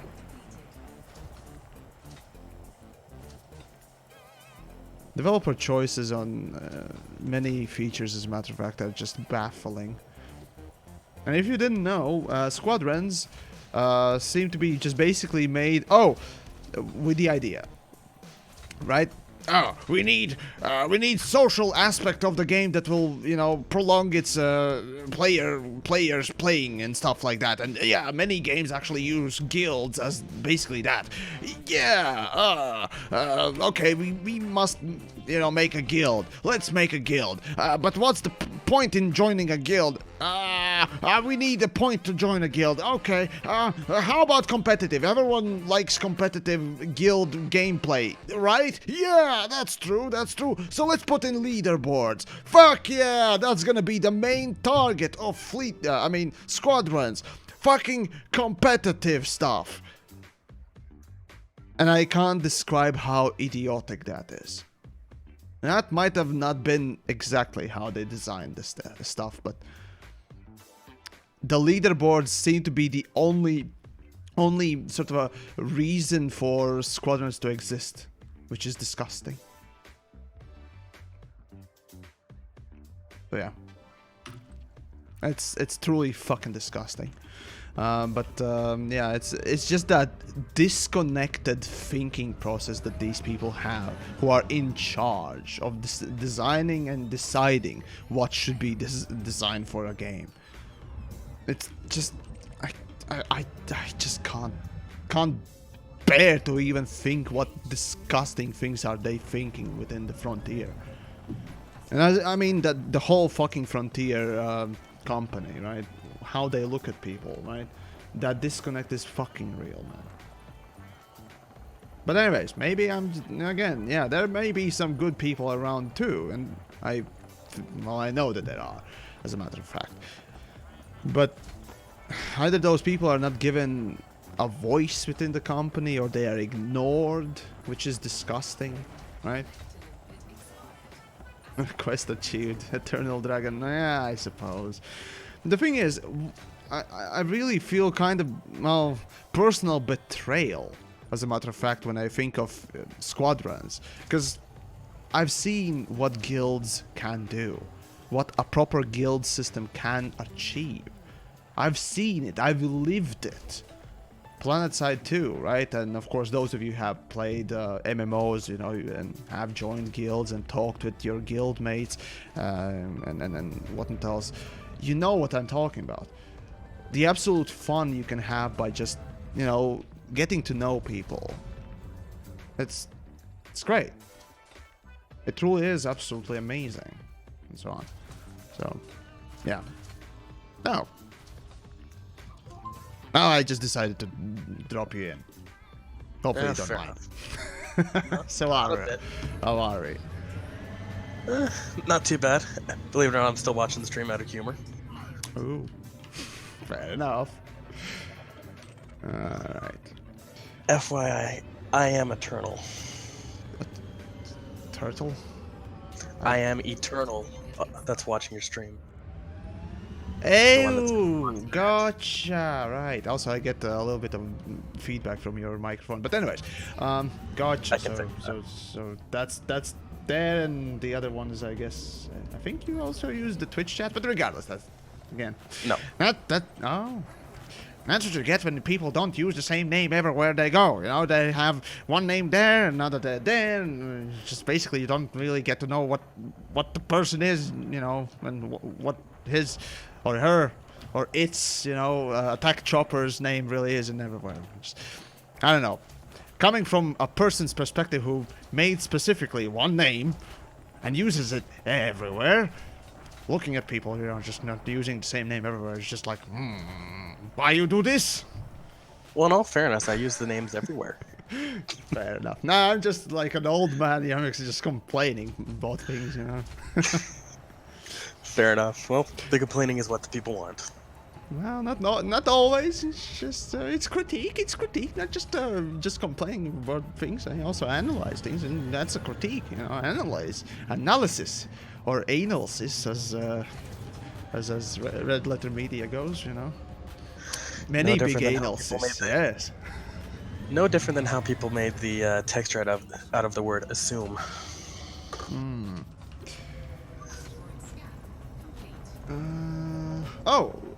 Ungo, right? So, how do you think they'll keep monetizing the game? Let's see. We don't want to end up like Battlefield's news this week. Right. So, Elite's monetization. Jesus. Yeah. Right. Elite is gonna stay. Well, there's no reason for Elite to go free to play. Clearly. They still get game sales, and that be the actual majority of the income they get, right? So that's pretty much clear. They won't ever let it go, you know, free to play, because clearly, well, why basically annihilate their biggest income source? That business-wise is a no-no, even for a normal person just thinking about it, right?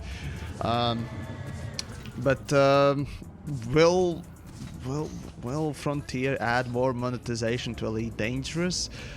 Beyond what we already have, you know, the skins and ship kits and the fucking Arcs Point garbage, you know, the Monopoly money.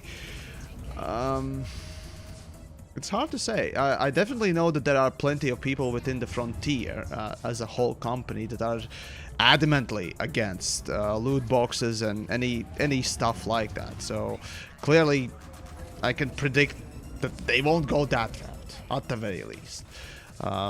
Whether or not they're gonna introduce more stuff that free-to-play games are, you know, using, that's a good question. But yeah, microtransactions and cosmetics is still a big part of it anyways, and they will basically advance it continuously.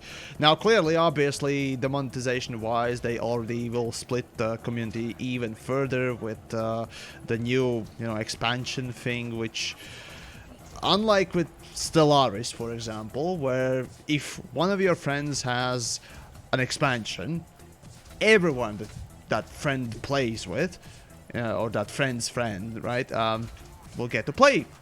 You know, that's wonderful. If you have somebody in the, you know, in Elite's context, if you had a friend who has Horizons, if you joined their wing, you would get the Horizons, you know, expansion portions or whatnot else. But no, that's not how Elite works, and Elite is more typical expansion style game. So yeah, you're gonna have to basically just buy the next expansion. And thing is, if you look at the past of Frontier, it was relatively clear already from the names and titles and their business strategy that they wanted to make season passes.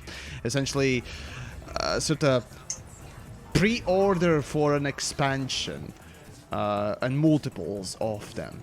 But it failed. It tremendously failed with Horizons. I'm not sure what was exactly the failure of it. There are multiple reasons we can, you know, sort of, or rather, well, results we can sort of draw from the actual history and hindsight, right? But clearly they did want to go with the whole season pass approach, which is disgusting. Right? If you don't know why, it's a pre-ordering of a fucking expansion. And why is pre-ordering bad? Well, especially on season passes, it's that they promise you super vague things. And when you look back in the past, right? What did they promise for Horizons? Did they actually release details and precise things that they wanted to release for asking another price of a game? Doubling literally the price of a game by 2, right? If you didn't know, yeah, Horizons was sold for the same price that I think it was the same price that Elite was sold on. You know, 50 quid, I think it was. Yeah, I bought the game for myself by 50 quid, and then with 50 quid, and that is British pounds. That is, and then expansion. I didn't buy on you know when they released it, so I didn't buy it for full price. So I picked it up for half price. I think it was back in the day. But regardless, right? They wanted to do the whole thing, basically asking a full upfront cost for an expansion, while not having any information about the expansion beyond maybe 1 or 2 details. Like at the time it was planetary landings and does anyone actually remember what they promised with Horizons when they first announced it? Because I wasn't there when they announced it. I was playing PlanetSide 2 still. That's a good question, because I did look this up back in the day. And really the only promise that they made for Horizons was, we're gonna release planetary landings. And that was the big seller, right? But anything beyond that was just up in the air, really. And that's the issue, right? If they actually had revealed what they wanted for Horizons, trust me, from known sources, I can promise you, you would have been fucking disappointed by the result of actually right now existing Horizons. There were planned some interesting things that one could speculate and point to that was, you know, released in Beyond, or is going to be charged in the next expansion. That's of course speculation, and I'm not saying that myself. I've heard these murmurings about, but one could point to that sort of a level of douchebagginess, if you will, from their company. So yeah, so take it with a grain of salt, of course. But even so, right? The typical season pass is still basically you trusting a company with a promise that, yeah, you're gonna get updates. All the updates in that season pass, and they are working on some features, but what are the features? Well, they may, you know, vaguely imply of them.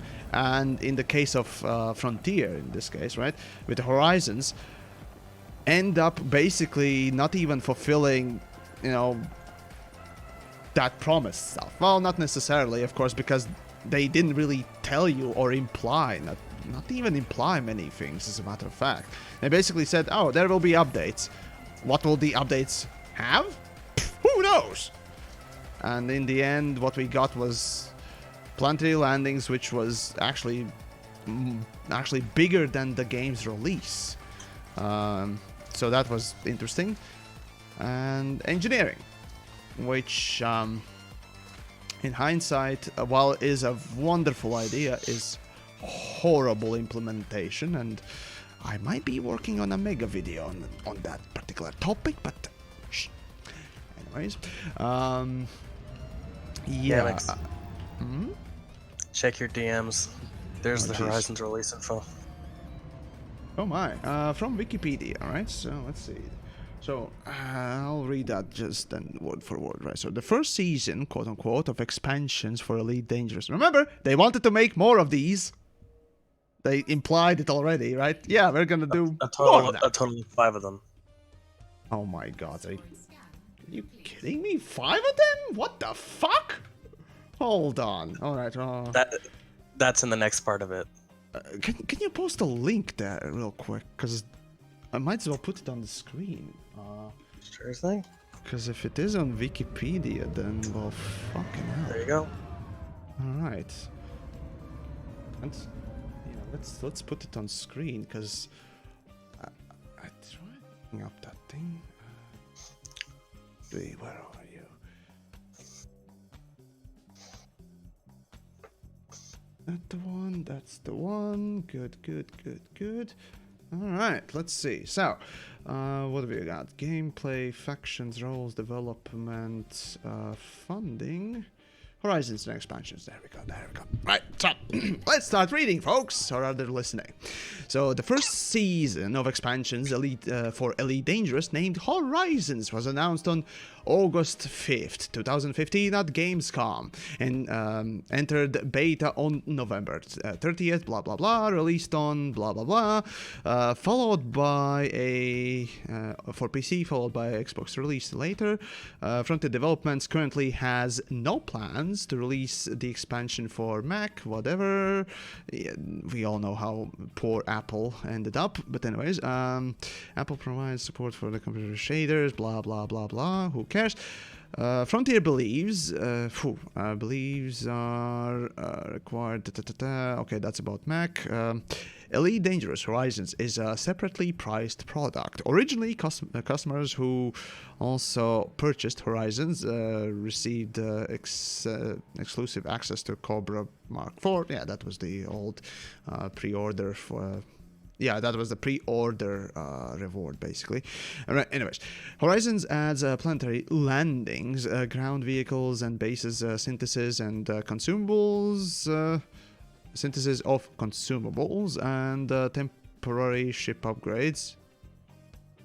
Temporary ship. Oh, okay, that's synthesis, basically. Yeah, anyways.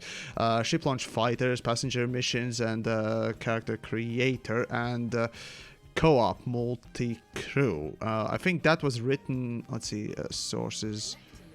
Actually, no, hold on. Let me see when the source was added. Let's see.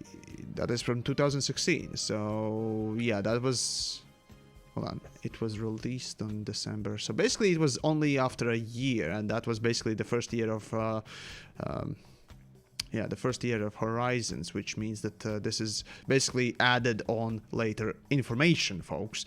So at the launch, you still didn't know that it would have ship launch fighters. You didn't know that it would have passenger missions. You didn't know that it would have character creation. You didn't know that there would be multi-crew and more. Anyways, carrying on. Planetary landings feature procedurally generated blah blah blah blah. Only on worlds without atmosphere. Right, players can choose to set down at a planetary bases or at any point of their choosing. Can deploy the new 8-wheeled. Who cares? The vehicle is who cares? Finding shipwrecks, blah blah blah. Data links, blah blah. Hacking bases. Let's see. Materials found on planets can be combined to boost ships' jump range, synthesize, repair materials, upgrade weapons. Okay, yeah, that's basically the same thing. Citation needed. You can actually help out with that easily. Anyways, Horizons is billed as a season of. Fuck me. Oh my god, so fuck me. What the fuck? Okay. Horizons is billed as a season of 5 expansion. Oh, never mind. No. It is Horizons contains 5 updates. That's what I meant. Never mind. It's not part of 5 season pass package, but no. But yeah, we got 5 updates. So the Horizon 2.0, which was the planetary landings, 2.1, which was engineers, 2.2, which was, I think, multi-crew. It was 2.3 was passenger missions, and 2.4 was how was it called? Targoids, I think. It was a lore update, so it technically had 5 updates. I mean, but yeah. Let's see. May ship launch fighters, blah blah blah blah. The support vehicle planned on the future expansion. Okay, so future expansions of ahead of release, and the 5th expansion following. Yeah, that was typical. Horizons, but yeah, basically that referred to basically 5 updates rather than expansions. It's kind of misleading to call them expansions, really, but whatever. Right. So gotcha. Right. Back to normal stuff. Right. But yeah. Anyways. Still, the fact that Horizon's Season Pass, it was named as a Season Pass, it clearly was intended to not be a one-off, but after, well, a horrible development of it, be that eternally or, I don't know, public perception, which I frankly wasn't currently then part of, which means that I didn't really bring them amazing, you know, press and judge them for it, so I highly doubt I was sort of the cause of the negative press, if you will, about it. So it probably was the technical side of things that, and from what I've heard, yeah, it kind of was the technical side of things. I mean, look, if you just simply look at, I think it was it was the multi-crew. If you just simply look at the multi-crew, it was clear that they didn't have the time to develop it, and the further they continued with the Horizons, they didn't really seem to have enough manpower or skill or talent or whatever you want to call it to continue developing it, which resulted in Horizons basically being cut short. And that's why, as a matter of fact, if you go and take a look at the last update that Horizons received, and beyond series as well, it was just a mess of nothingness. They didn't deliver anything of value in it in comparison to the rest of the updates. And especially if you continue, you know, looking at those updates and what they brought, every single one of them delivered less and less content. So, yeah, that's... it didn't work out. It didn't quite work out, and the people who decided that that must be a fucking season pass were just idiots. They were trend chasing the current or even at that point just shitty trends in gaming, which at the time again was every company was making a season pass, so Frontier must also make their game with a season pass rather than actually put in effort, develop properly the fucking update, and released an expansion, which granted they have learned from, and that's why we have an expansion coming as a one big thing, hopefully, and not another season pass on the end, or rather in the end of this year. Now, once that comes, of course, folks, remember, it will be a full expansion, and as a full expansion, remember to judge it as such. Not excuse it with just the idea that, oh, they're gonna add stuff later that, you know, Horizons try to use. Or other people try to excuse it with, you know, those sort of crappy excuses, to be honest. You're not there to help developers, you know, basically give excuses, are you? So never take that easy road out. Question things, you know. At least that's what I try to, you know, do with my content. Make you think, if I can. Never take bullshit, basically. So yeah, TheYamiks mining, way to earn your own fleet carrier. Well, yeah, kinda. Basically, that's the whole thing.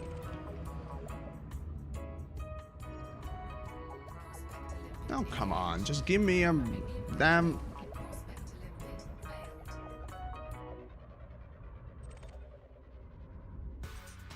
Implement RTX in Elite. Yeah, sure. It's not the first nor the last thing that Elite really needs, so, yeah. Oh, well. Let's see. I'll get the new expansion when it comes out. It'll be like Horizons 2 years until it was worth it. No, the thing is, unlike Horizons, they apparently want to make it, at least right now, the way they sort of talk about it, or just at least mention things about it.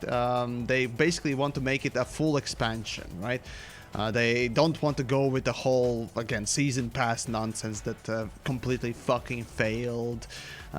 So, yeah. Though, the thing is, since it will be a finished thing, you're gonna have to judge it as a finished thing. And if it doesn't, you know, hold up, well, you start to question, well, what did you waste your time making this stuff in? Or was it really worth it? So...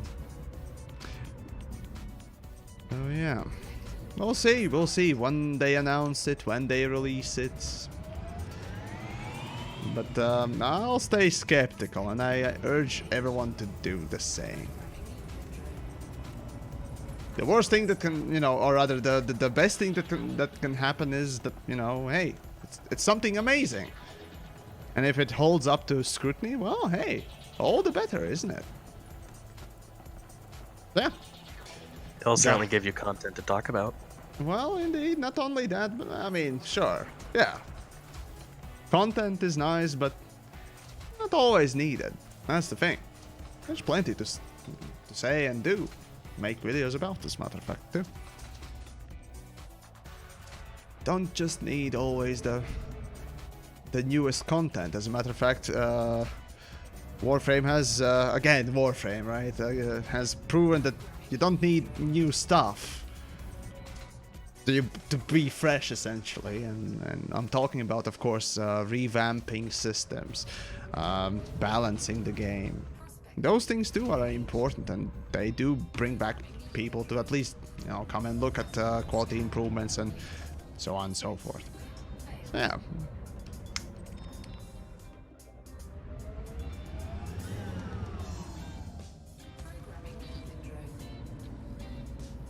How many credits do I have? Well, the same as I had previously. There's nothing changed. The only change really is in my cargo bay. So, yeah. Asteroid scan complete. Go, and that's low temp. Good.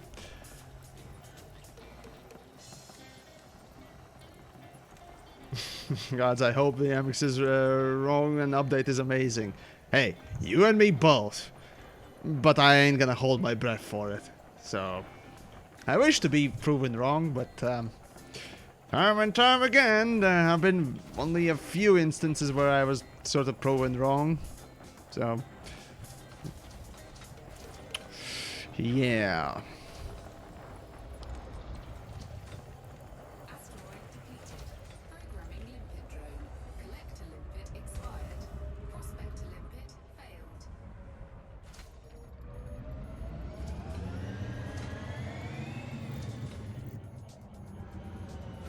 Programming limpet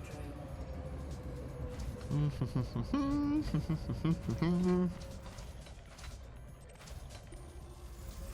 There we go, we get a little bit more. Programming limpet drone. Asteroid scan complete. Just beg for money, people will take pity on you when fleet carriers come out. Actually, the thing is, on the last beta there was a wonderful, helpful fellow who, you know, transferred credits from his account to mine through, again, exploiting the fucking commodity market, so that was wonderful. But yeah, that was very helpful. I managed to get it and film the fleet carrier quite a bit, and so on and so forth. So yeah, the thing is though, yeah, for beta I really don't need just more than that. I already tested plenty enough. It was half broken already. Commodity market, as a matter of fact, is the biggest fucking broken thing, which was super weird because you couldn't place an order, buy and sell order for the same thing, which is like, I want to buy, let's say, bio-waste for low price, like a normal station, and sell it for high because I have it already, right? Limpet engaged. But no, I can't automate the stuff, like automatically say that if I have, you know, bio-waste on border, if somebody has sold the bio-waste to me, immediately set a sell price for it as well, right? You can't do that. You have to manually go and check this stuff. It's just, it's so bare bones, and not even that worked, which was super weird. And the funny thing about the fleet carriers, again, usually I talked about the fleet carrier, you know, exploitation and the game design and how that is bad and basically that biggest issue. But there were so many other little fucking things that didn't make either sense either, yeah? They developed the fucking thing for 2 years, right? And that was literally the best and most presentable level of fleet carriers they could give us for the beta. Most presentable and most stable, I assume. And when even that didn't work, what did they work on those 2 years? 3 years, as a matter of fact, almost. You just start to question, who's in charge of it? Why is it broken? Why is it still broken? I get it that they remade parts of the fleet carriers, like they presented us with, you know, those 4 types of fleet carriers, and that you would be able to select loadouts, and I assume those were preset loadouts. They also said that, or rather implied heavily, that fleet carriers would be part of a squadron thing, and you know, they changed those things. So over time the design constantly changed, and yeah, sure, fine, let it change, but why is it still broken? An excuse of, you know, and excusing it, saying that, oh, it's beta, it's supposed to be broken, or, you know, ironing out and so on and so forth is a thing. But when you work on something for 2 fucking years, and when something that you have presented as a main feature, remember, it was presented as the main feature and the end big update for Beyond series. When that is broken, what? Somebody seems to be very incompetent at their work, or rather the whole fucking team. That's the fleet carrier, well, story in just a few sentences, basically.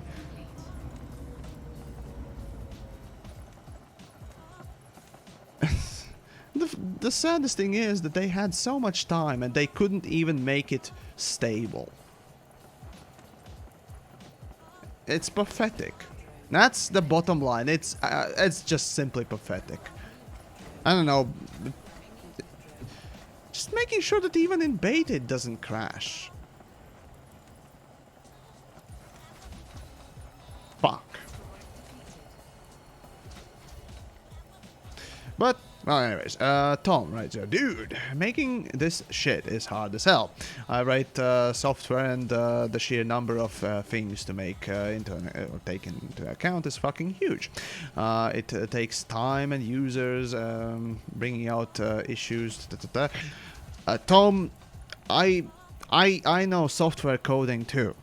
I've worked on making something as well. Sure, not for a long time, and I know the fucking bug resolution hell that you can get into. That is true. That is indeed true. It's not easy work, but industry professionals. You see, I wasn't an industry professional. I recognize it. The problem is that we're not talking about just some indies and some small team. See, Frontier has a massive team, and you would think that for something that is this huge, or at least presented to be this huge, you know, the biggest update for, or rather the best, or the final thing for Beyond, that, again, fleet carriers were placed as, you would be issuing a bit more effort, or rather, well, putting a little bit more effort into it, rather than they have. That's my question. Sure, I expect bugs, and I expect things to not really work always, right? And there be issues, but time and time again, Frontier has just simply shown that they either don't care about releasing something that is fully tested, or at least tested to their best abilities, and resolving these things, and or better yet, just simply taking time. And in 2 years, trust me, you can do a lot. Sure, it's these days it's actually a lot that you can do with especially the team that they have. You see, if I knew that Frontier had, you know, a team of 10 people working, or maybe 2 people working, like they have right now, or rather used to have on Team Fortress, right? Yeah, I wouldn't expect much from the 2 people, right? But god fucking damn it, man. It's just a question. Once you know how things work, right, you start to notice patterns, and well, there you go. Elite is that sort of a thing as well. And again, even a normal player can sort of witness these things. It's a lot of questions why, and here comes another issue with Frontier. In general, as a company, they're not willing to talk about the technical difficulties that they're having. I'm not sure exactly why, whether or not that's something they want in their PR or exactly don't want to. So, yeah. That's the thing. If they actually presented, you know, difficulties they had, well, now then we can actually talk about, you know, giving them some slack. See, if they actually gone out and told us, we made it this way, it didn't work. We chose to change it completely. We made this, and that also didn't work. And over redesigning multiple times, yeah, it just, you know, we decided to work on it, and on the current version that we worked on, we had basically 6 months. If they actually come out and, you know, say that they made fleet carriers in 6 months, the current version, yeah, you know what, I would give them a little bit more slack. But it's been 2 years, and they have communicated basically not much about the whole process. So I am left just filling in gaps, as you and me. And that is the part, that is the result that they get. Me and other, you know, media peers of mine, you know, just questioning things. And when you get no answer, well, what are you left, you know, thinking, really? So it's not only, of course, the results, not only the time that is spent, but also the presentation, right?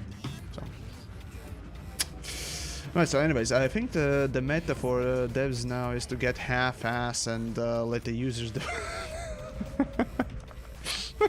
It's been that way since the beginnings, it seems. Actually, speaking of half-assing, I was mentioning squad runs, and that is true half-assing. Oh, actually, if you want to see effort being put in place, but not having enough time, well, multi-crew, and that's actually also half-assing it. It's just not That's enough even time. half-assing it. Yeah. That's core-assing it. I suppose. Let's So, be honest, yeah. they didn't even think, so it can't even be qualified as half-assed. Yeah, I suppose. They did, you know, at least the bare minimum of just multi-crew, and well, here we are. And that's, yeah, well, again, I try to, you know, give at least some leeway on many things, sure, right? I won't, you know, go and curse out indie developers for, you know, not knowing how to code things, or, you know, not making things properly to the umpteenth degree, right? There's, of course, that level of leeway you can give, but see, Frontier is not a small company. They're basically near the AAAs, I'd say, right? And it's certain unacceptable levels of just ineptitude, or just lack of communication, or well, many other fucking issues that we have with them, as a matter of fact. So yeah. Anyways. What presentation? Well, that's a good question there, Jim. That's a good question. Since there's no presentation, you're left to your own devices and left filling in gaps.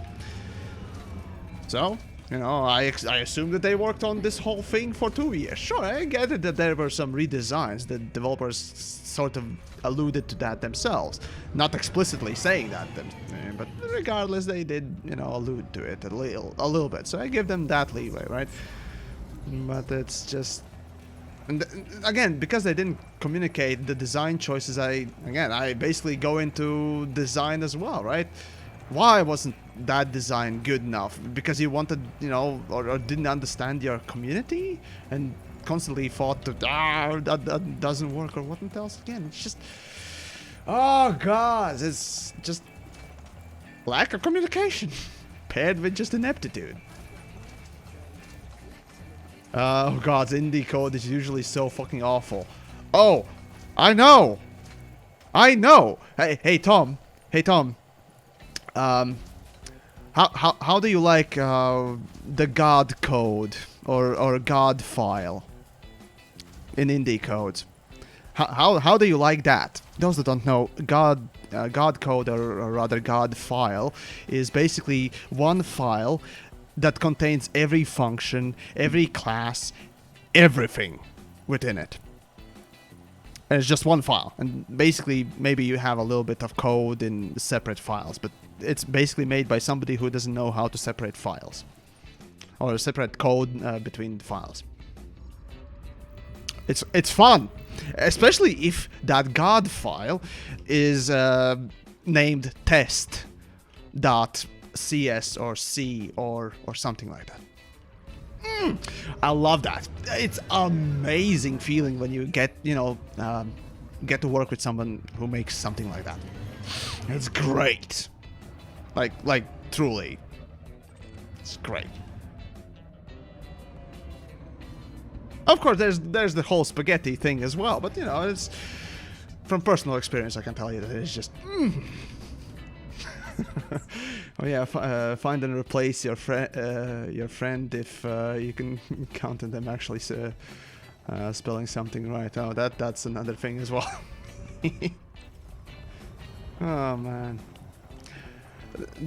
Okay, actually, speaking of coding, right? You know, back when I started learning coding and so on and so forth, I've noticed quite quickly that really there wasn't one school of coding. Rather, there wasn't one set way of coding. As a matter of fact, later on, especially in something like university, you get, you know, basically teachers that basically say, okay, you need to make, you know, this sort of documentation for your code. Okay, fuck it, that's it. You did it, good.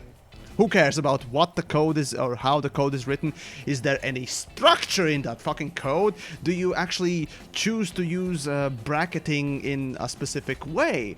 Is there a, is there a set standard for anything? Nope. Just you need to produce results, and that's it. And that's done in university. I'm just thinking to myself, what the fuck are you doing? How can you teach coding like that? No. That's kind of the issues, even to this day. It's just... anyways, those are little frustrations that I've experienced myself, as a matter of fact. So, yeah, Oh, and commenting. Let's just not mention that. I mean, okay.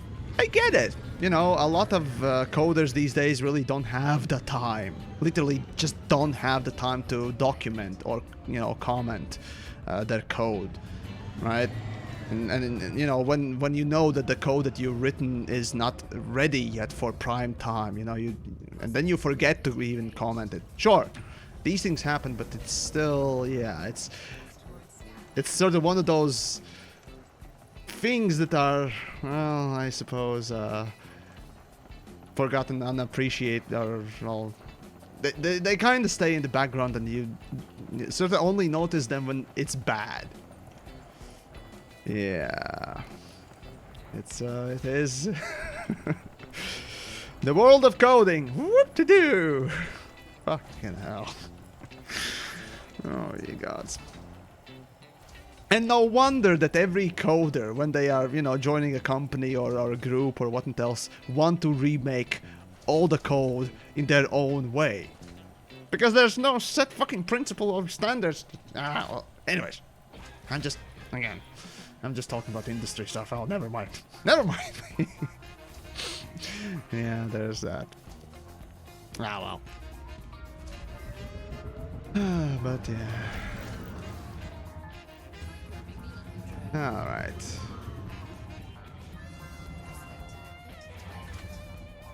You're a junior guy when they give you your code with no comments. Yeah. No, Tom, it's all good. It's all good. I do enjoy, the idea of coding, and as a matter of fact, it was one of the things that I kind of chose to go for before, I sort of became the internet guy. And Cass, Mr. TheYamiks says, "Be careful, don't run out of fuel." Seriously? That will take me forever to run out, dude. But yeah. So yeah. No, yeah. Originally, if you folks didn't know that, yeah, before I started, making content for living, right? And as you don't know or know, probably, I am full-time, I guess, YouTube or streaming or, well, basically everything together, right? And that support truly comes in handy so much. So massive thanks to everyone who's supporting, and because thanks to you, I'm able to actually make content on daily basis and actually basically ramp up my creativity that I never thought I kind of possessed or tempted being creative in some such a big way, I guess. So yeah, but yeah, essentially what was but yeah, I learned coding, right? So I wanted to actually be a game developer and make my own games, perhaps. The game creation market or rather job market when it comes down to it in Latvia, as a matter of fact, is not large, right? Everyone's basically an indie, and no one's really in their sort of companies. I mean, there might be a few, but mostly mobiles. So it's kind of a... But regardless. Oh, and have a coffee on me. Oh, George. Thanks. Really appreciate it. I don't know why that sounded that way. Really, really appreciate it. But yeah. So if you're interested, actually, what languages do I know? Let's see. So I started with Pascal. I started with Pascal. Later on, I moved on to C++ with... Okay, so here's an interesting story, right? So essentially, the way I started learning C++. So in my school, I had programming club, if you will, or you know, just courses that are running, you know, and after school group basically, right? And I go and start learning how to code, right? And basically the first thing that we are given is not the typical C++. We are given straight away Windows forms, you know, Visual C++. So we're basically asked, create a form, and then in this little place, write a code like this, and that, right? Basically, you literally have no idea where the main function is in that fucking thing. You don't know how the code is being read and written and whatnot else. Where's the starting portion? Where's the end portion? All you know is that there's a button click, and you need to write a specific algorithm within that button click. You're not taught about the basics of that language. You're straight tossed in not only in the deep end of the fucking thing, but object-oriented deep end. So I'm just stressing out and thinking, what the fuck, bro? What? How? What? How? Why? And over time, of course, being inquisitive, YamiKs, I just went in deep and tried to search for where exactly the main function is, you know, the opening function that the program first calls, and how, you know, how the structure of that visual form sort of a environment works, and how the .NET worked as well a little bit too, and that's how I basically came to realization. And so that's where the fucking main function is. God damn it, I was searching for it for like a month. Damn it. So yeah, that was C++ how I started with it. I did a little bit of C, but never really went anywhere with it. So yeah, quite a lot of C++ in the end. Of course, the .NET side of things as well. Later on, I did work on Java as well, and fuck Java. And well, before that, even I did a little bit of, well, again, web-based stuff. Like, again, that's not coding, but that's still something, I guess. So HTML, C++, PHP, blah blah blah, a little bit of that, JavaScript, I guess, as well. The basics, and then let's see what else did I go for. Well, C# later on came as I started learning about DirectX API. There was a big actually my biggest interest was in games, right? So I wanted to make my own games, so I basically tried to learn you know, on my own, then with the courses as well, you know, how to do even the simplest things with you know, DirectX. So basically the first I learned of DirectX was actually thanks to C#. C# and .NET's enclosure, right? And it's impressively less fucking around that you need to do to present even a fucking cube or a triangle on screen with C#. And these days, as a matter of fact, it's you know, if you go in coding, really, yeah, you can say that sure, C# is a lot closed off than C++ or C and whatnot else, but it's just well, for most things really there are ways around it, and you can just as well code just as fine stuff in C# as a matter of fact.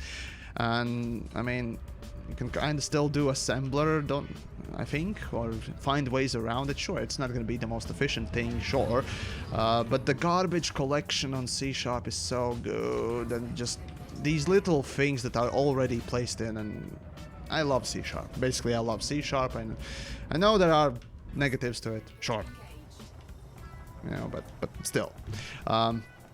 Of course, I did take a look at deeper as well later on within the DirectX 11 and OpenGL. I actually made a comparison between them for one specific thing, and I basically within a month I learned with C++ DirectX 9.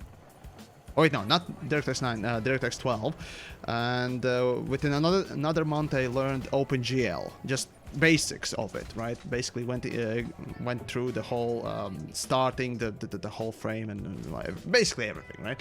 And the comparison was rather interesting because I did a specific comparison, right? How much code do you actually need at minimum to present a simple 3D object, a 3D model, read from a memory and, you know, display it on the screen? How much code do you need to present equal amount of, you know, stuff on screen? And as a matter of fact, I think for for DirectX 11, you needed around 300 lines of code just to display with some shading, you know, the basic ambient. I think it was about 300 lines of code, and with OpenGL also about 300, right? So it was okay. And then I tried my hand in C Sharp's DirectX 9. Under 50 lines. Under 50 fucking lines, you can display the same amount of stuff on screen. Yeah, kind of shows you already plenty of things, right? So that was interesting sort of a result, and so yeah. Of course, later on I did work on Unity as well, and actually recently I did pick up Unity to just code in some idea that I had of generating sort of a map or whatnot else. So yeah, yeah. Oh right. Speaking of Unity, actually, one of these days I might actually make a video on showcasing what have I made, you know, in the past. And as a matter of fact, I you know, decided one day, well, I have the time, might as well try and make a game, right? Try and make a game. And the first game I chose was Tetris. I coded that thing in about, well, basic level of Tetris, right? Within about 3 days, I think it was. So that was kind of interesting, and that was quick, and thanks to, you know, Unity, it was super simple to make. Like literally the basic, old school style of Tetris. After that, I tried making, you know, the Snake game from the Nokia 3310 mobile, right? So cell phone, I mean. I made that within 7 days, so a week, right?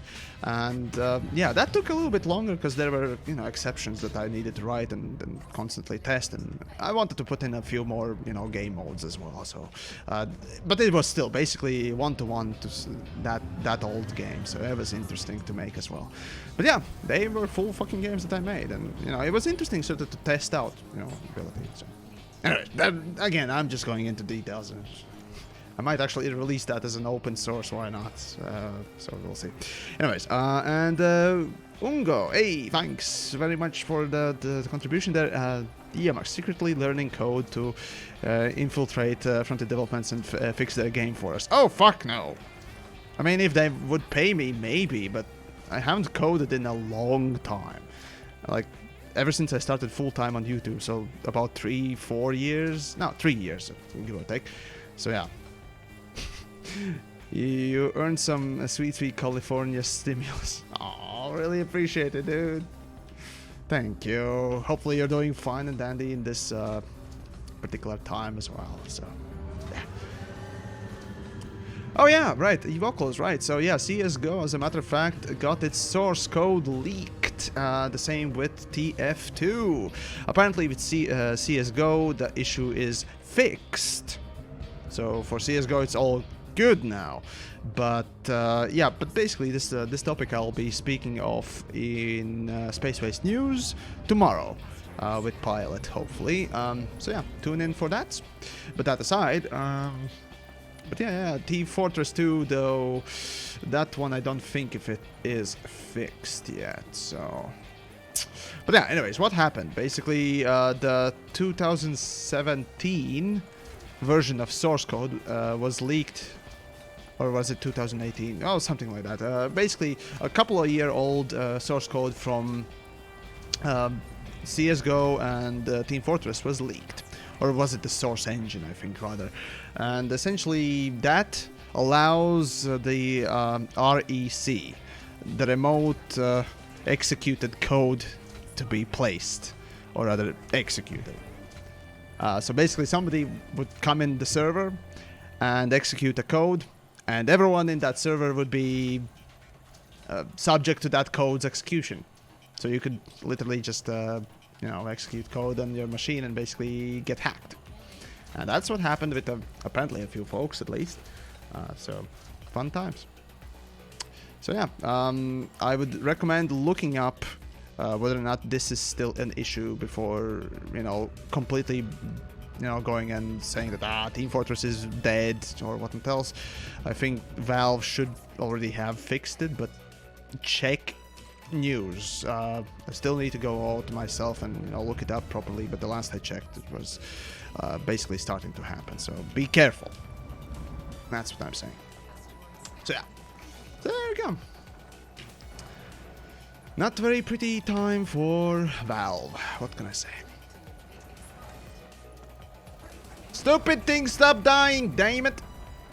Stupid limpets. Me. It was an invasive hack or localized to the game EXE. I'm not sure exactly. I think it was within the... Well, it was when you joined the server, so... Oh god, again, need to look it up how it exactly worked, but well... Yeah. Somebody probably knows a bit better about this stuff anyways. Let's see, Tom, well, let's see, today gotta go back to work, have fun, and don't get ganked on the way back. I will. I mean, I won't get ganked, probably. NPCs will, you know, probably spawn anyways, but regardless, you take care as well. Alright, could they execute code in Windows Shell? I think they could. I mean, there was a demonstration floating around the internet as well, how it actually worked. So I'd say look up in, you know, more active news outlets, because again, for tomorrow's space-based news, I'll have that prepared. For now, I'm just you know, I'm just collecting information what I could present for the space-based news tomorrow. So yeah, it's basically investigation that I need to do further, you know. So before I'm ready to disclose the information, you know, I just, you know, warn people that there is something that, you know, is worth at least taking a look at, if nothing else. Let's see, what's your opinion on Epic Games and their numerous malware moves? Not sure about them. Haven't heard? Why am I yawning? Holy shit. Sorry, I'm not sure about the malware thing. Was it an old stuff? Because I remember when they first introduced Epic Store, I think the Epic Launcher, it had some issues, but that was solved, obviously. But as for the current stuff, haven't heard anything from Epic Store, you know, basically being fucked up or something. So I assume it's all fixed. All I know that the recent, you know, Valorant, that Riot Games game is implementing a basically garbage anti-cheat system that allows lowest level access to your PC, so that's fun.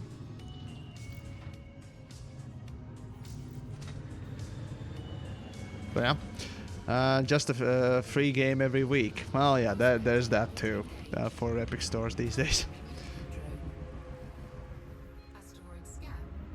What happened to the credits that people paid for the carriers? Well, beta account is copy-pasted from around a week old account data. Yeah, usually it's about a week old. For this beta, it was about 2 weeks old data. So yeah, basically what happens is, again, beta is beta. It's just test version. They clone your account data. Yeah, they basically take all your data and they sell it on the internet. That's it. Bye. That's it. No, don't play beta for Elite Dangerous. It's bad for your health. It makes frogs gay! Or something. Now, clearly, they just copy-paste the account, and obviously, once the beta closes, it deletes. That's it.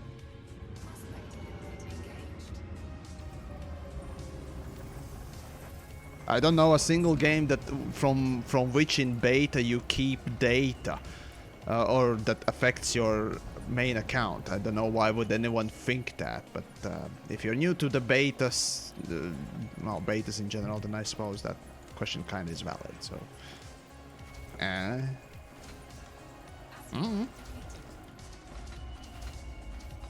so yeah. And there's we go. one game I know that you actually keep your beta in. Really? Yeah. It's a game called Black Desert Online. Me and my friends have been playing that since alpha, and the amount of things that are still kept in our publicly live accounts are still there from alpha. Oh, that's before the release. I mean the released games beta, as in the test server sort of a data that is being kept, not from games pre-release. That's what I meant. No, from pre-release before it actually went live to everyone. You had a special access. That is actually, well, not a very common thing, but usually some games do continue, keep some data and stuff that you acquired in alphas to release and further on, so it's all good. What I meant was that no game in my knowledge keeps the data you have on a beta server parallel to released games data. They keep them separate. So yeah. Let's see, TheYamiks Warframe and Fallout 76, though technically Warframe is still in beta.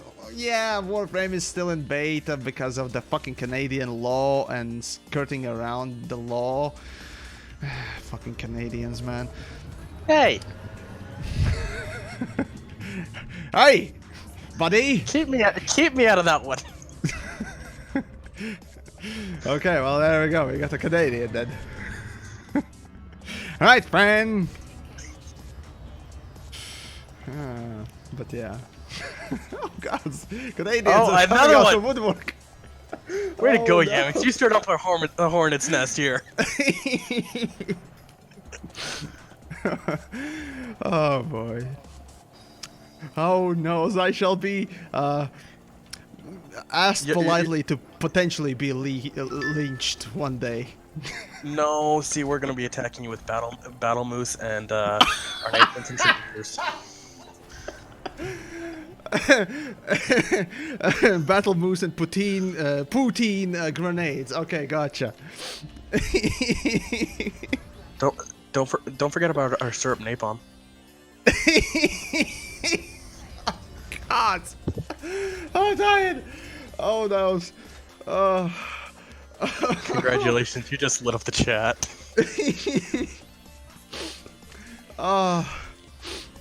Fair. All right.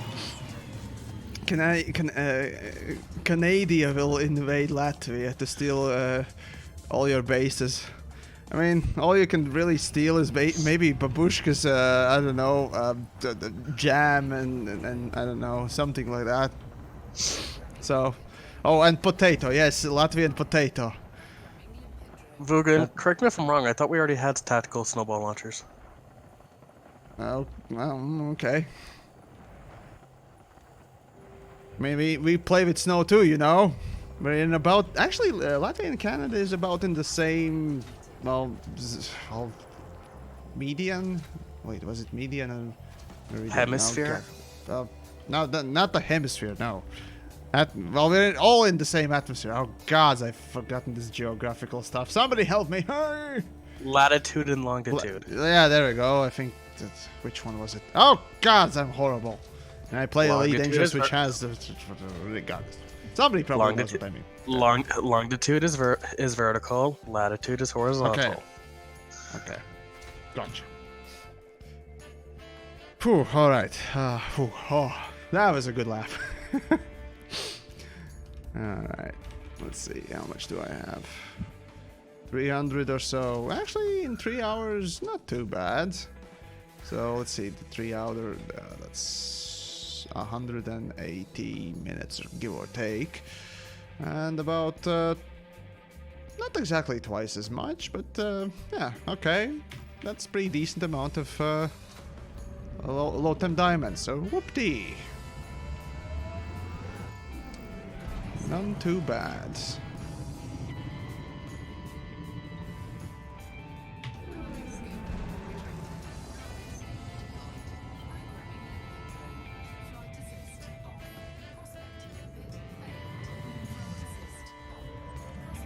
And it has stuff. Alrighty then.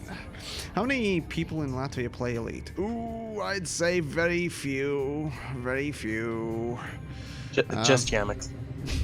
No, though probably some older Elite players will remember another creator that came from Latvia called Cornelius Briedis.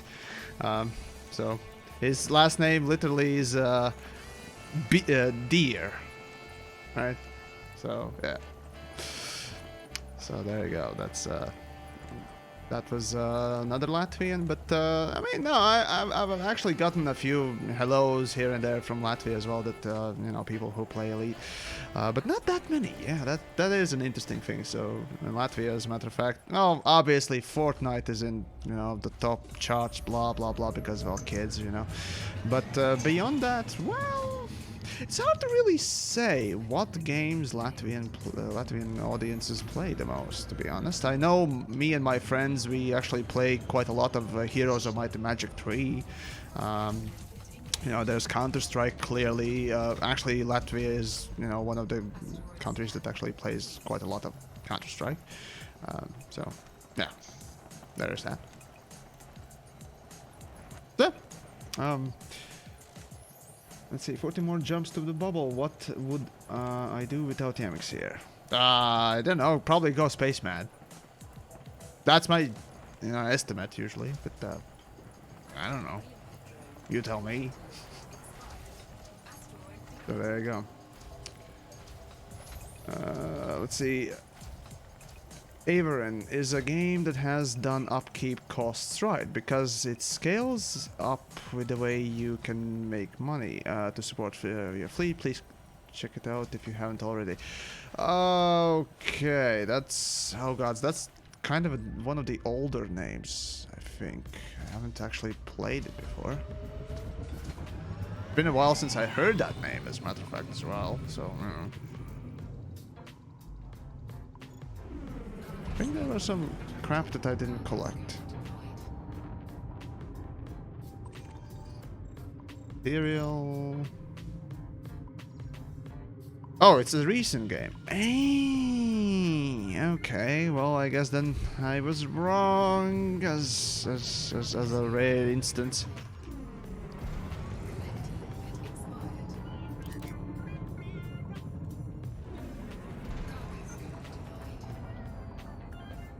Okay.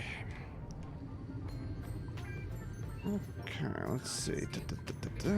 Have you played Space Engineers? Yes, I have.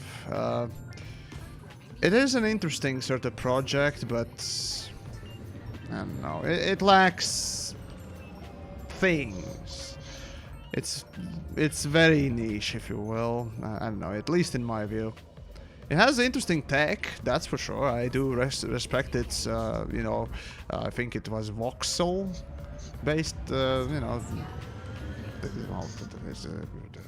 fuck. Tech. I mean, map design and what it does. So yeah, that is at least the interesting part of it.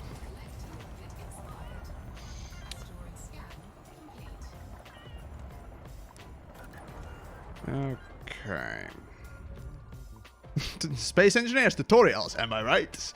Yeah, it's still one of the key issues I see with the Space Engineers. I still can't stand the fact that the developers haven't put in a proper fucking tutorial in their own fucking game, rather relying on the fucking YouTube content.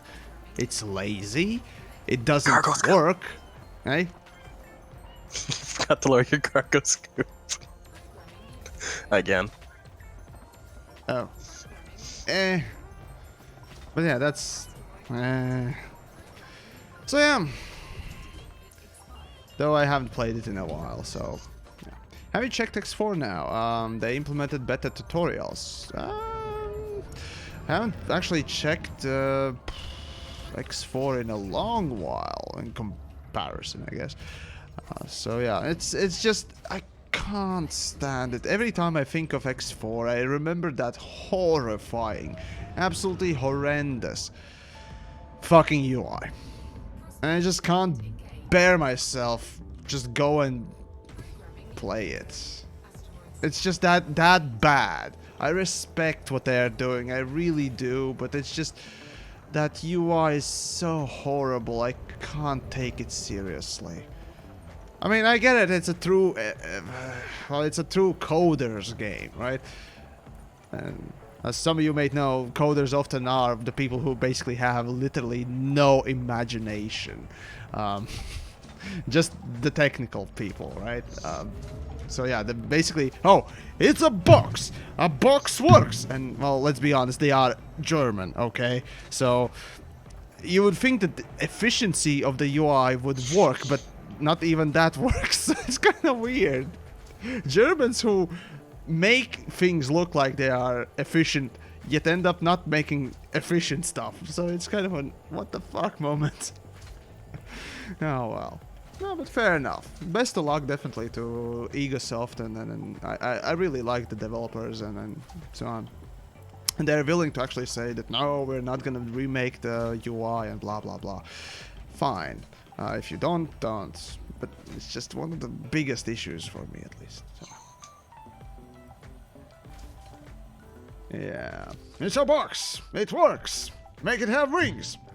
Here, space game. Yeah. Alright. And let's go for one more rock, and I guess that'll be it for this evening's stream. So hopefully you guys enjoyed a little bit of sort of, I suppose, relaxing evening. And come on, there we go. Oh guys, that's a bit close.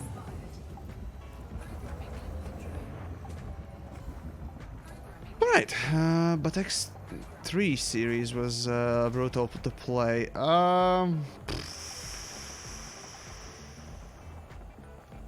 Never played any of the other X games, so yeah, I'm not very familiar. I heard that it was often referred to as X3 Afterbirth, so yeah, yeah. But yeah, X4, that is a Egosoft team. It's definitely smaller than what was it? Nomad Sky. So it is still interesting that they managed to, you know, at least make that much for the game. So it's nice. It's definitely nice.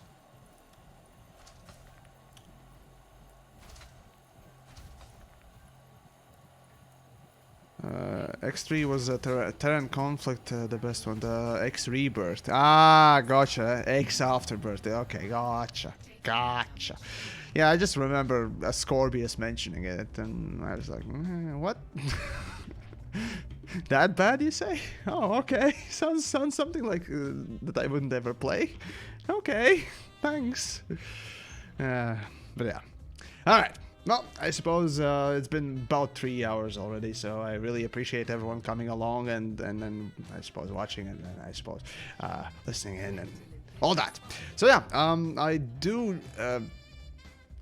recommend you joining the Discords, as I do plan on doing a similar sort of event that I did a little while back with mass mining thing. So yeah, well, if you want to join that, or potentially be at least notified whether or not it's gonna happen or not, do join it and what else.